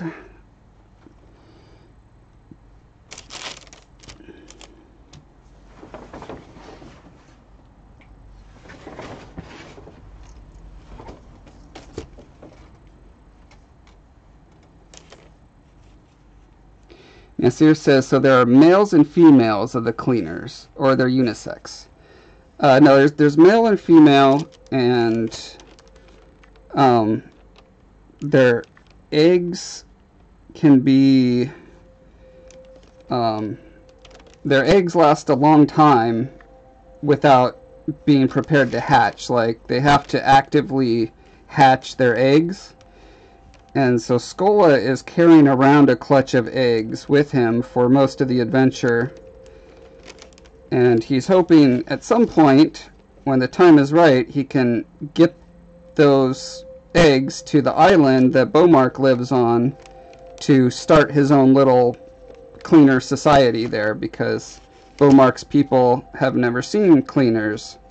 And so that's his big chance at fame, is to find a new area of the world that none of the cleaners know about and populate it with his own people.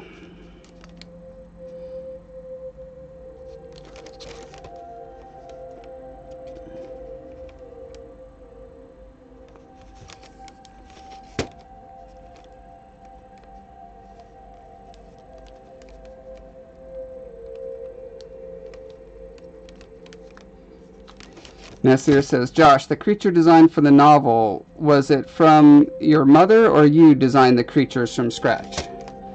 I designed most of them, and my mom designed the cleaners. When she was writing the first novel, she, for story purposes, it was really important to have some kind of guide for Beaumark, because Beaumark is the proxy for the reader. Like, the world that he's going into is strange to him, which that's very handy in a novel set in a fantasy world, is to have someone who doesn't understand all the customs and things that are going on, so that he's in the same headspace as the reader. And so it's very good to have a guide type character who can explain these things to the protagonist and also the reader. So for that reason, she wanted someone to travel with him. Fortunately, she did not do what many fantasy stories do and give him just like a sidekick who's kind of his little cheerleader, or, you know, his bard or something like that. She made him a very original, interesting creature in his own right, with his own motivations, and so it makes the story super good because of that, in my humble opinion. So I was very glad she invented that creature. One thing I wanted to avoid when I was designing, or, well, I'm still designing, but while I'm world building Talifar, is I don't want it to turn into like Dungeons and Dragons that have like hundreds, if not thousands, of sentient creatures, like races, because that's just, to me, it's very unrealistic that many could cohabitate the same planet together and not have like massively wiped out one another.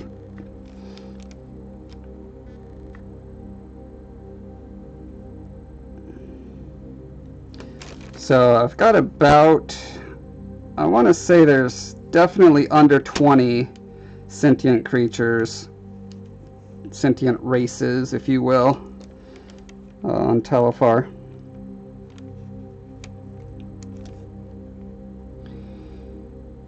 And Nasir says, so the story is set on Earth, right? Or on a made-up planet? It's a made-up planet. It's because it's actually like it's a fantasy story, but it's secretly a science fiction story. So it's a planet that humans ended up crashing on. It's a zoo planet that this super advanced alien race has all these other aliens living on because they just saved them from other planets that were going to be destroyed.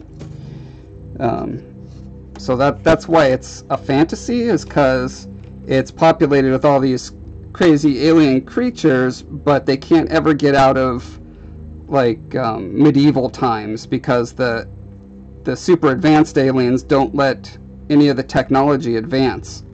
They suppress all technology that has anything to do with electricity, because it's the only way to keep all these races from wiping each other out. BitGreen says, yeah, you did mention Braille during the ZBrush stream. I imagine they would dot paper with their palm webs to write it, but since they aren't blind, the holes would make more sense. Yeah, I think they're primarily underground dwelling creatures too, so they see really well in the dark. And I imagine their sense of feel is really good, since they were started out as parasites that lived on the skin of a giant creature, so they had to crawl around and have really good,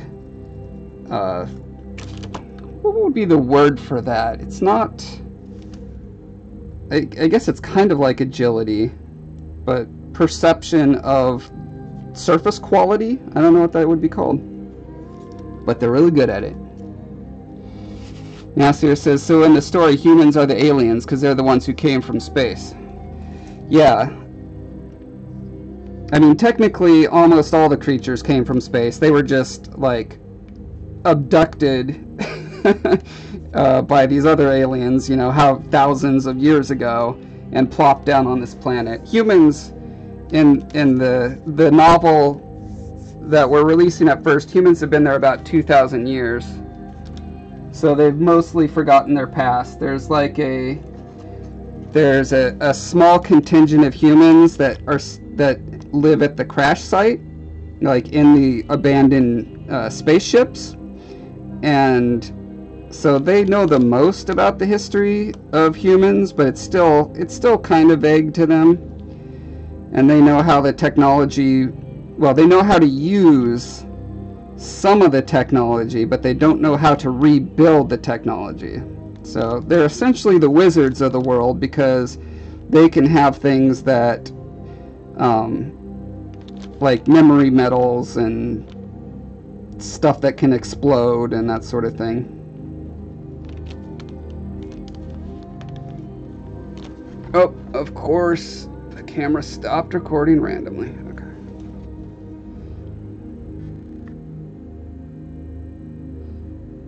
Oh, actually, Nasir and BitGreen and whoever else cares, if you guys want to check it out, I got my website up. There's a link in the description of this video. And if you go to the Tales from Talifar section, you can see a bunch of the material there. I've got like all the sentient races listed and their attributes, and kind of the vision document for what Talifar is. So if you're interested, definitely check that out, and I'd love you guys to actually comment on it. I got the website set up so that it can be very conversational. Like I want to talk to people about this stuff and hear like if they think something doesn't make sense, or that, you know, ways to improve things. All ears.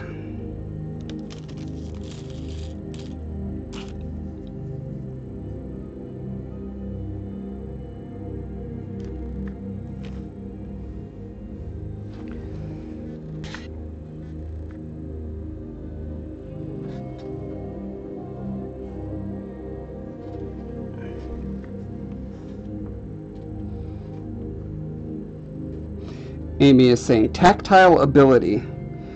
Yeah, that's one way to put it. I don't know if there's like a specific word for that. Amy says, so the aliens made sure they didn't pick excessively smart people. I don't think it's so much that as they just actively make sure that the minute their sensors pick up electrical signals, they either dispatch their well, they have a variety of means for suppression, let's just put it that way, and that's a big part of the backstory of the world.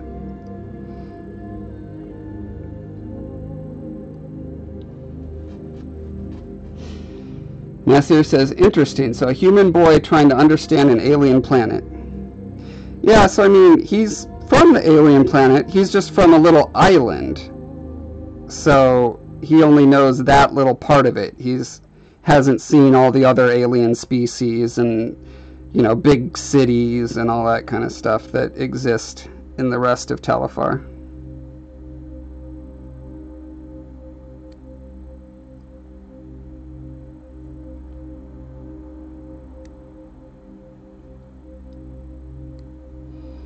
Nasir says, yeah, sure, I'll check it out now. Excellent.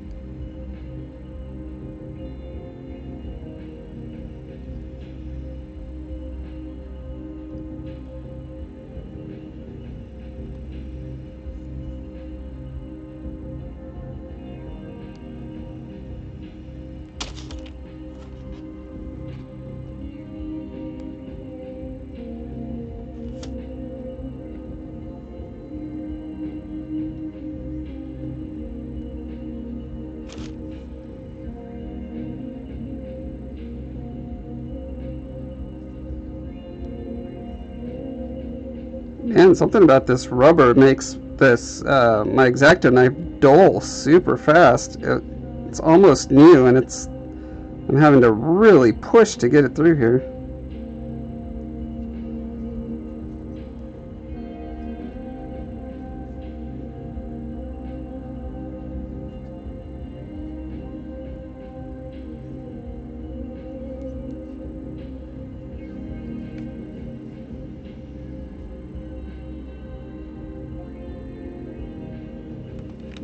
Brad says, website looks great, I'll check out the stuff. Cool, man. Yeah, I just got that finished. So, well, mostly finished. I still have to hook up the share thing, you know, where you can just like click a Facebook or Twitter button next to a page and share it automatically. I don't have that functionality in yet. But I have most of the actual material in there, so that's cool.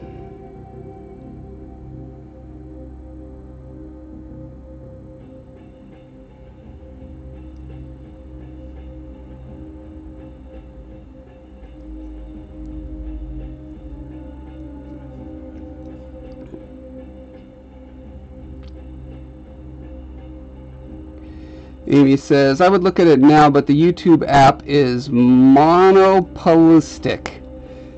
They want me to give in and buy their crap. That's too bad.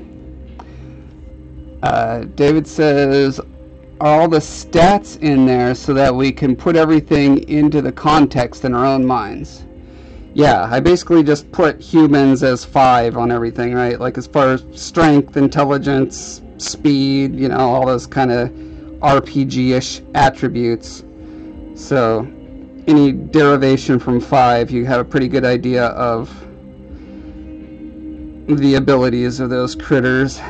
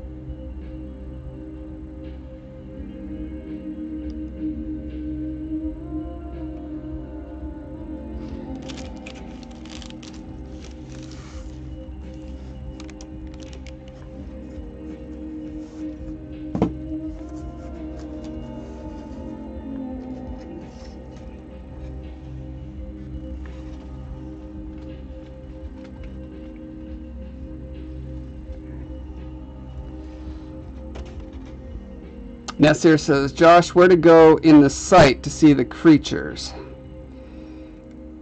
Brad says, there's a menu drop down for Tales from Talifar, and there's options under that. Yep. Nasir says, why are you cutting this way? Because I want the legs to sit in like that. So when I pour the glue in, it fills all around it.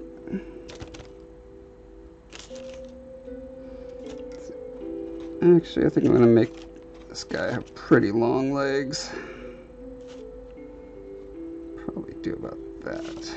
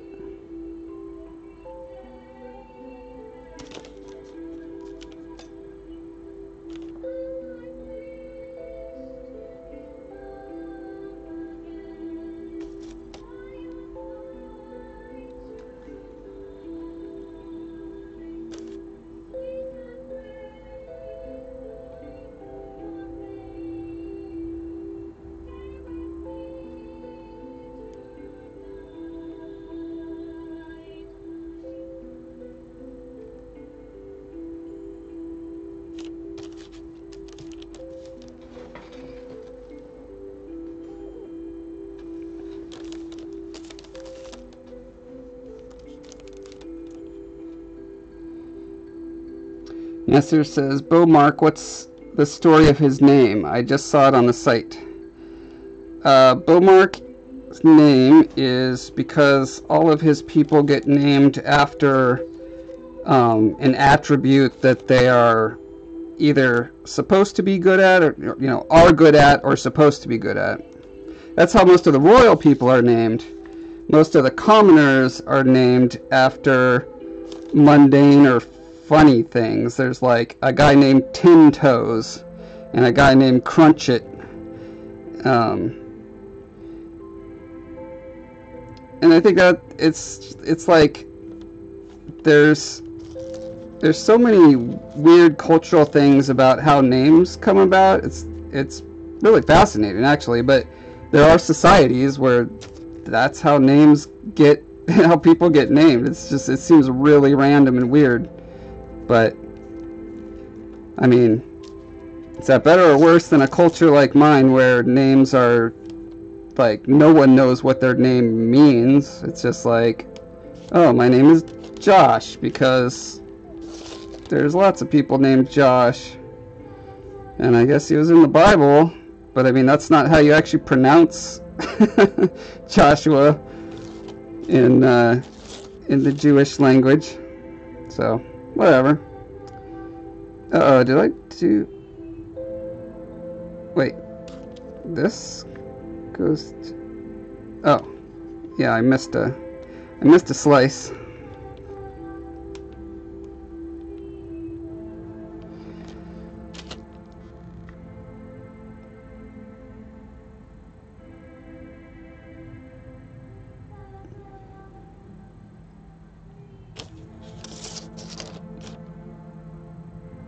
And then this one needs to go there.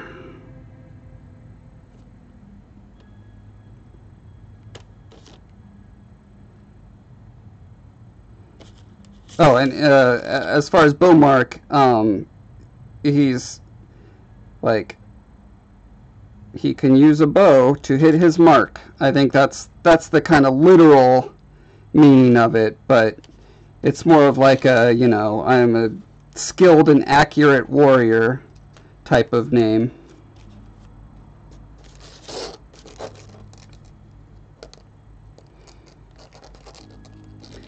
And he actually doesn't use bows very often. That's not his main weapon in the story, and I like that fact.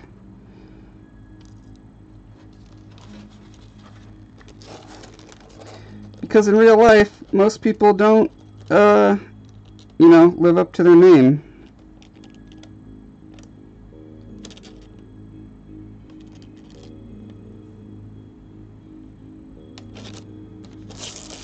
Alrighty. Let's throw some glue in here.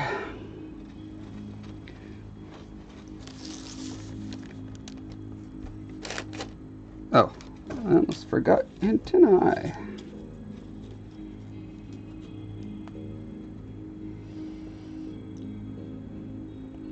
Nasir says, just saw two creatures. What's up with the tails?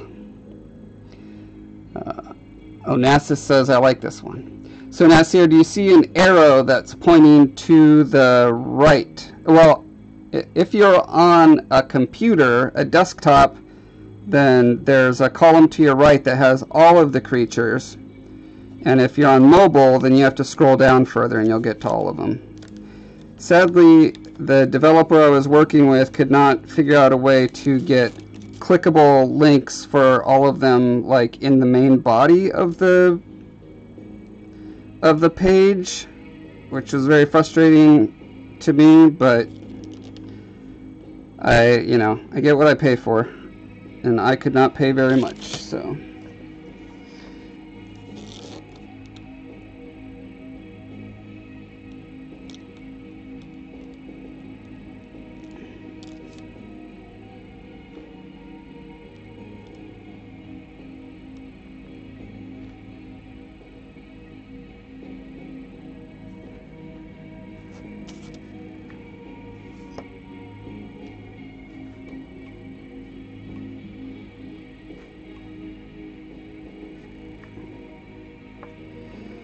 See.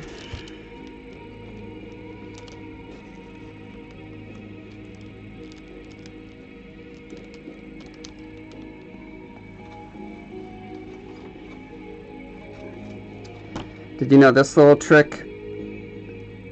When you need to load a new piece, melt the back of it before you stick it in, and then it'll fuse really well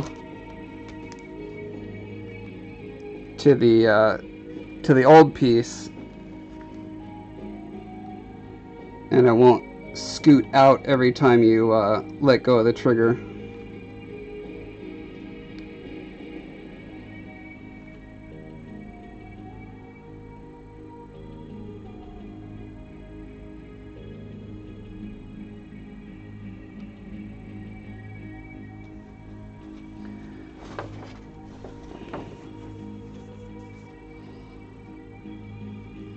Nasir says, so Bomark is a warrior or just a wanderer?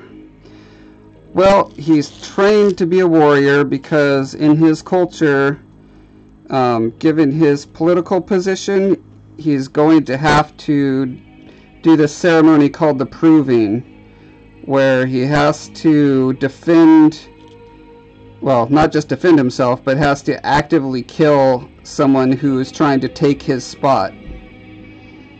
And so, yeah, pretty much his whole life, he's training to be able to do that.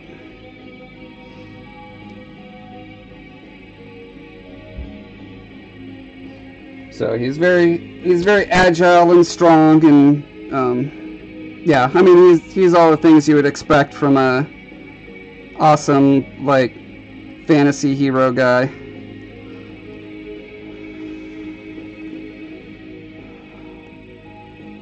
But the story makes it clear why. He's not just like, I'm just a badass warrior because I'm awesome. It's because he has to or he will die. So all of the resources of the king are going into making sure that he's good enough to be able to win in a death match. Nasir says, Garloon looks like a wise, chill guy. Yeah, they're kind of the nature granola hippies of Talifar.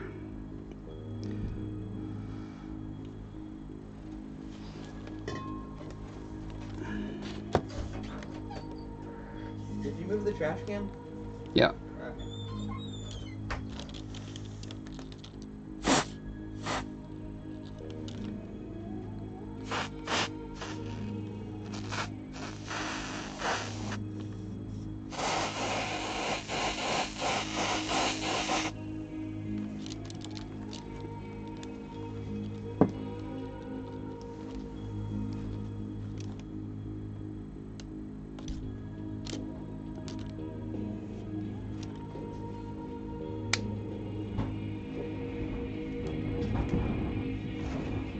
All right.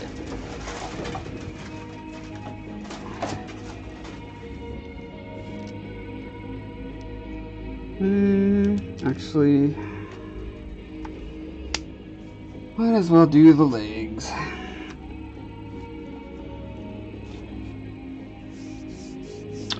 Amy is slowly getting through repetitive calc homework. Gross. Calculus. Ugh. Nasir says the Gup have different looks within the same race. Yep. And they should not be called the Gup anymore. I need to go in and change that. They have had their name updated.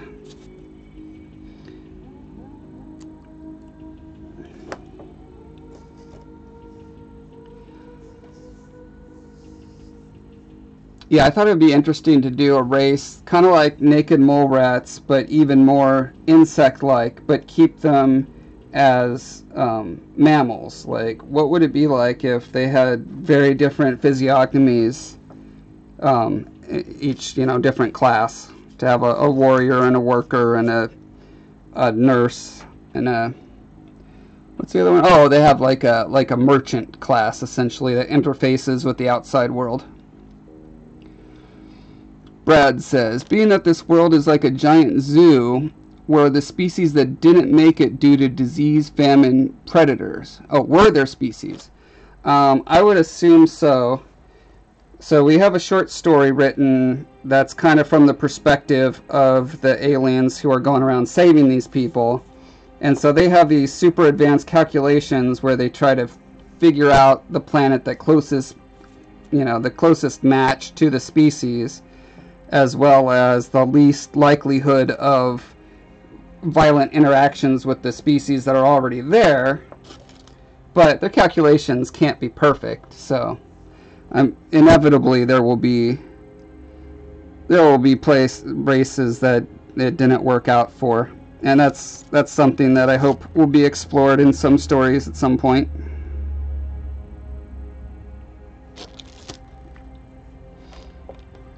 Nasir says they're called Rumsha. That is correct. That is their real name. Oh, does the document say have like several different names for them? Yeah, it's hard to keep everything up to date and synced, and because we have like a story bible, like a wiki that we're developing that'll have all this stuff in it, and then we have to update all the books that they're in whenever we change things. So we're trying to get all that stuff out of the way before we are publishing everything. But that's why it's good to have people like you who are out there actually checking it out and giving feedback. Brad says, nice, I really dig this world. Awesome. Yeah, my goal with creating it was to make something that felt different. Like, I love fantasy as a genre, but I really wanted something that wasn't Tolkien-esque, and did some unique things. And I thought one thing that could really differentiate it is to take magic out of it and to be scientifically plausible with everything, because that drives the design in lots of unexpected directions when you're having to come up with how things could actually live and work. A lot of people would find that like limiting and constraining, but I found it very exhilarating just researching all that stuff and coming up, and it forced me to come up with different ideas for things that I haven't seen before. I don't know that, no one has, but it's unique to me, darn it.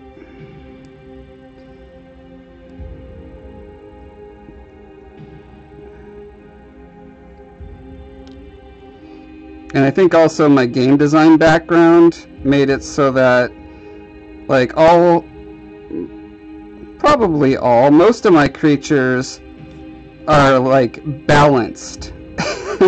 I always have that sense of balance, like how would these creatures interact with their environment, how would they interact with the other sentient species around them, how are they not just wiped out, what strengths and weaknesses do they have that keep them from overwhelming everyone else. And a lot of them have very game-like mechanics. Like if you look at the Siege, the ones that are spelled S-I-I-J, they're very gamey. Like they eat they grab creatures, they feed them to the mother tree, which then digests the DNA and incorporates it into the next batch, that it grows these seed pods, and then the next generation has some of the attributes from whatever they fed to their mother tree. And God, there's a really good novel about that. I can't wait to release that one. I'll probably do that one after the Scarred King trilogy. My mom says she wrote a novel with 3 different protagonists, and it switches between them. One of them is a human girl. One of them is a Garloon, those kind of nature-loving, horse-faced people. And then the third one is a Siege. And it's just amazing getting in the headspace of a creature like that.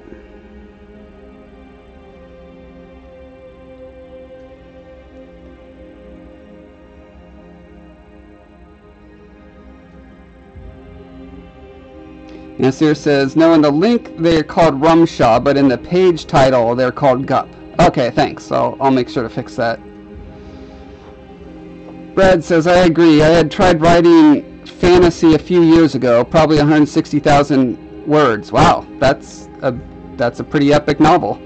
And feel like the level of legwork would have made everything way easier. Oh, this level of legwork. Yeah, like doing all the world building first. Yeah, it's definitely important if you want a consistent world. It just happens to be something that I love doing. I love design. So, yeah, it hasn't been like a pain to do all this legwork first. It's what I really love.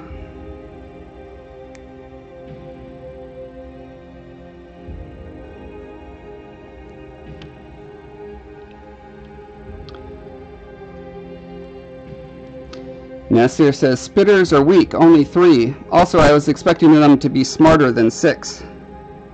Well, they're smarter than, like, they're about as smart as the smartest humans are, right? Think about it that way. So, that's pretty smart. Like, if you think of Einstein,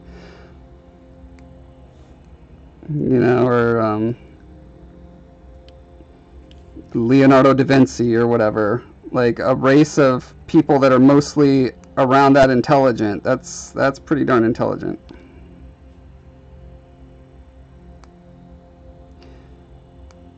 And while they're weak, their defenses are actually very strong. Although their primary defense is cultural, because if any humans pick on them, they just pack up and leave. And then the humans are left with a giant sewage problem that they've never had to deal with. So humans are very kind. Well, not kind, but respectful of them. Most humans don't know that that skull-less people can talk. They just think they're animals. But they also know that if they don't keep them, you know, if they mistreat them, they'll leave. And that's the worst thing they could possibly imagine. Okay, I'm going to try this foil trick with these legs. Nasir says, also they have huge ears and yet they smell better than they hear.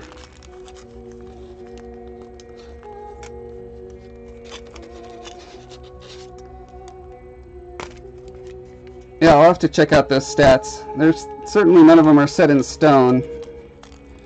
As long as changes don't contradict anything that's going on in the story, I'm still free to change them.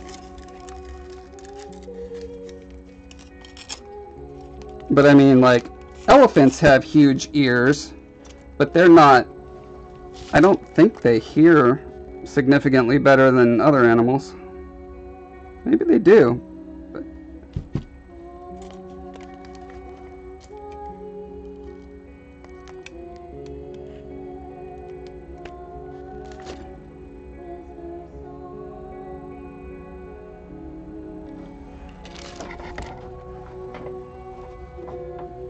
that's...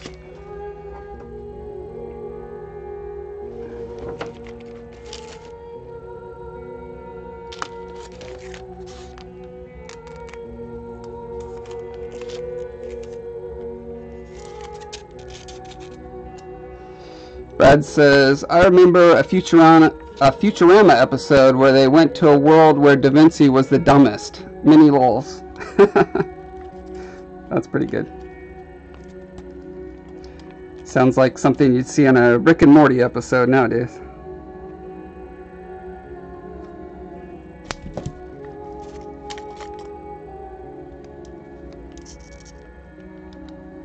Man, this is drying really fast for some reason.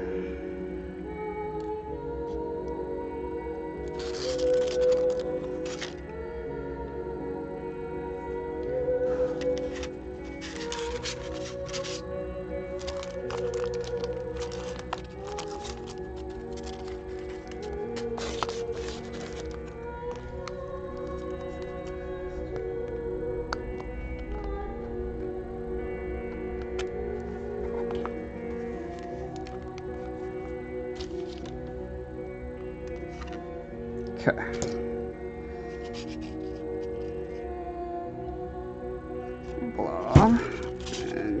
yank it out. There we go. It's better. Still not full coverage, but close.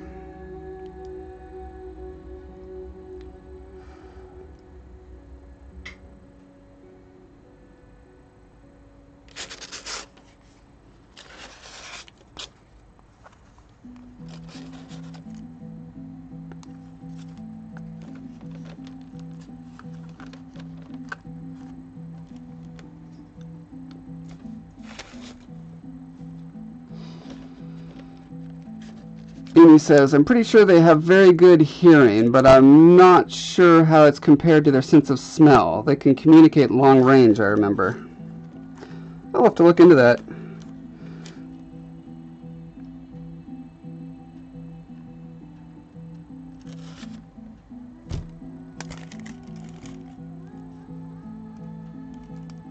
Okay, so this hole looks like it's just not quite small enough to give me the control that I want.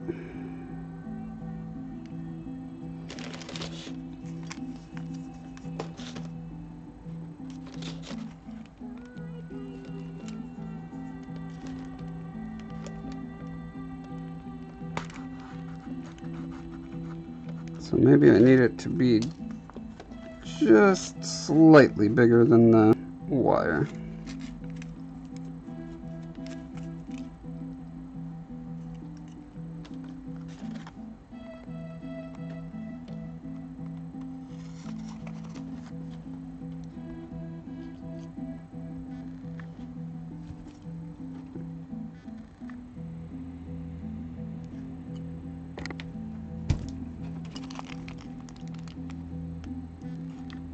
Oh yeah, that's perfect.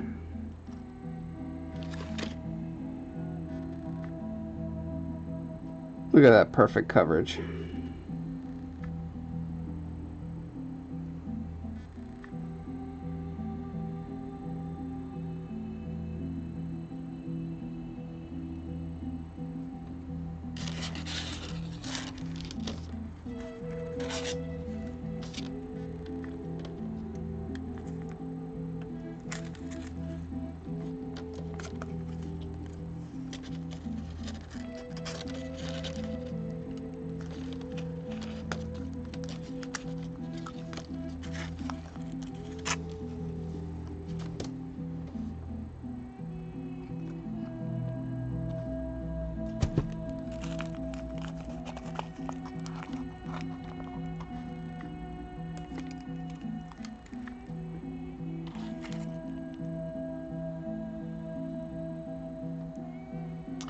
Dottie says it's almost 2 a.m. here, so I'm headed off to bed. Have a great night, everyone. Thanks for the stream, Josh. You are welcome, Dottie. Thanks for staying up so late with us.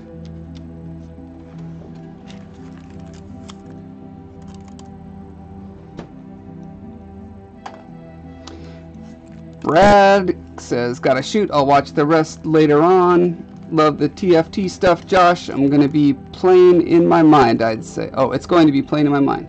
Awesome. That's what I hope. I hope it becomes the next Star Wars, the next Game of Thrones, the next Harry Potter, or whatever. I hope it's playing in lots of people's heads.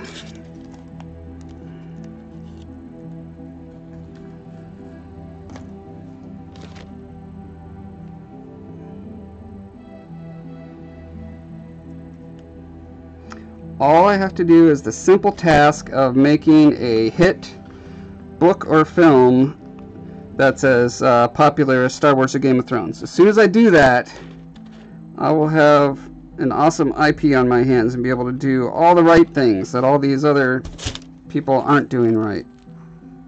Won't that be great?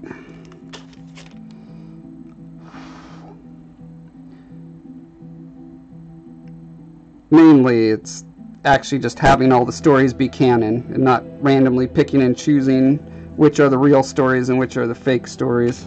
Hate that. Hate that.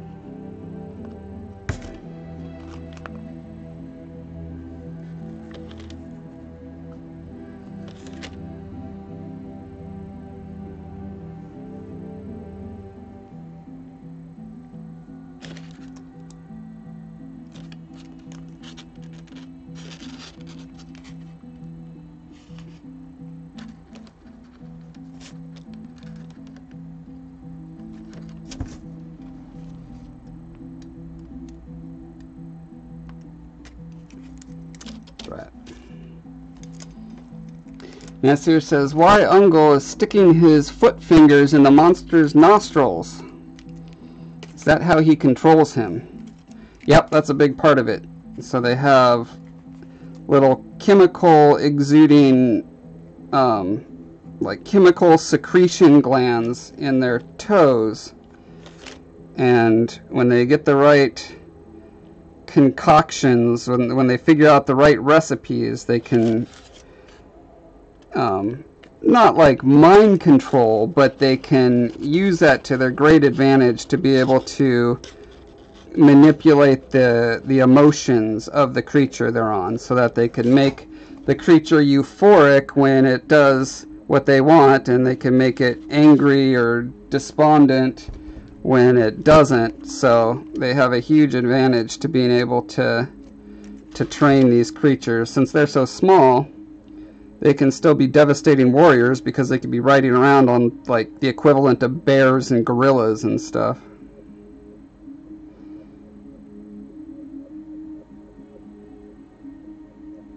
Alright, let's get these legs in a cool position.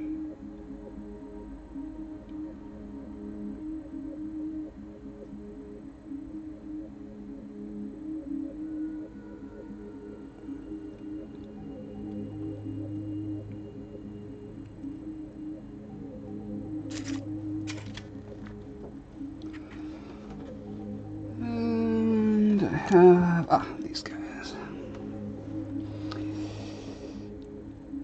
Amy says, I'm so conflicted about learning about all these creatures now. I love the feeling of being thrown into a crazy world, yet I'm really curious and want to learn everything. Decisions. Yeah, it's fun having them revealed in the story. And I imagine that's how most people will encounter them. So yeah, that's up to you.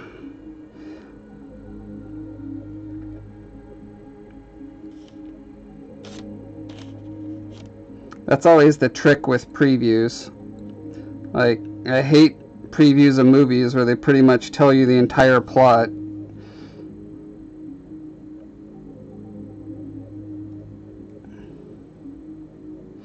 So I don't want to be like that, but I also feel like the world building and like the uniqueness of so many of the creatures is a big selling point for my work. But really, I mean, any world or story lives and dies on the plot, the story. Like, how much do you care about the characters? And that, you can't really spoil that, you know what I mean? Like, your character is either going to resonate with people or it's not.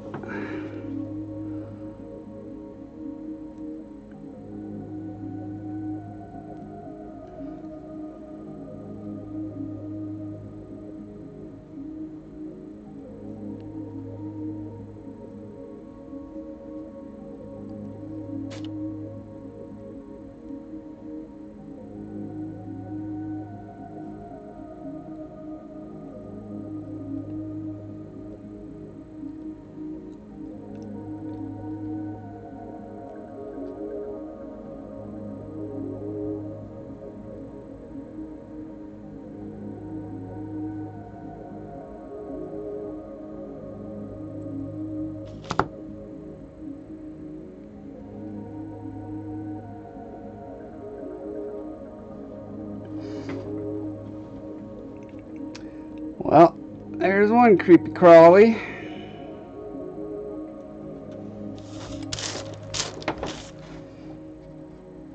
Alright, this guy I'm just going to do the old plunger technique. Nasir says, so Josh, do spitters talk like humans or are they psychic? No, they have a verbal language. Skola can speak the common tongue, and Beaumark ends up learning some of the spitter language as well. Oh, spitters. That's the main thing that people call Skola's people, are spitters.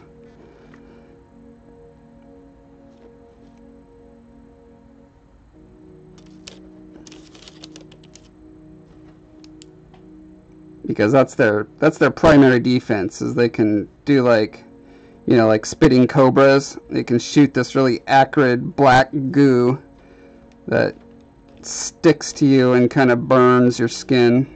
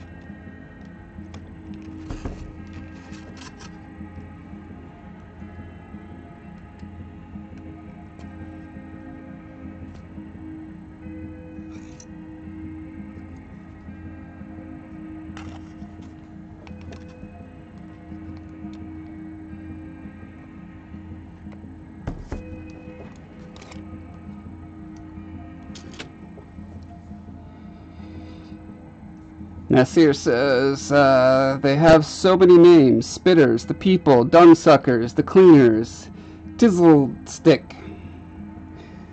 Yeah, it's because they're so mysterious, and they don't name themselves, right? It's not like they go around telling people, hey, we are called blank. So pretty much every area of the world that knows of them has some different kind of slang for them.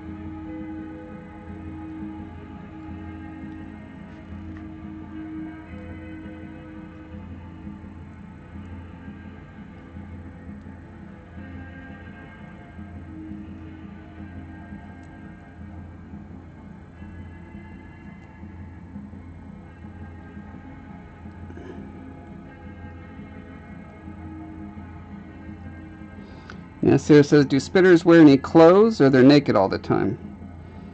I mean, they're naked, but their skin sags like clothes. It pretty much looks like they're wearing a sack at all times.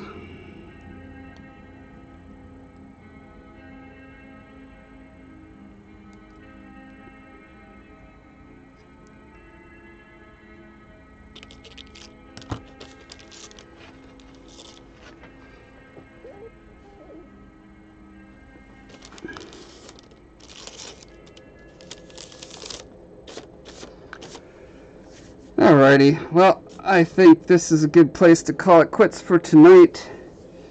I'm going to continue to do some more testing before I do the final tutorial, but I hope to have it out by the 15th. in time for people to be looking for Halloween activities to do. And yeah, so I think that's it, guys. Sorry about the camera troubles. I'll try to sort that out and get back to 2 cameras next time. In the meantime, you can just check out my nice hairy forearm in the portrait box there, and I got nothing else to say. So yeah, thank you, Nasir. Thank you, sincerely. Thank you for checking out that stuff, and definitely comment on any of those pages in the little comment box. That'd be super cool.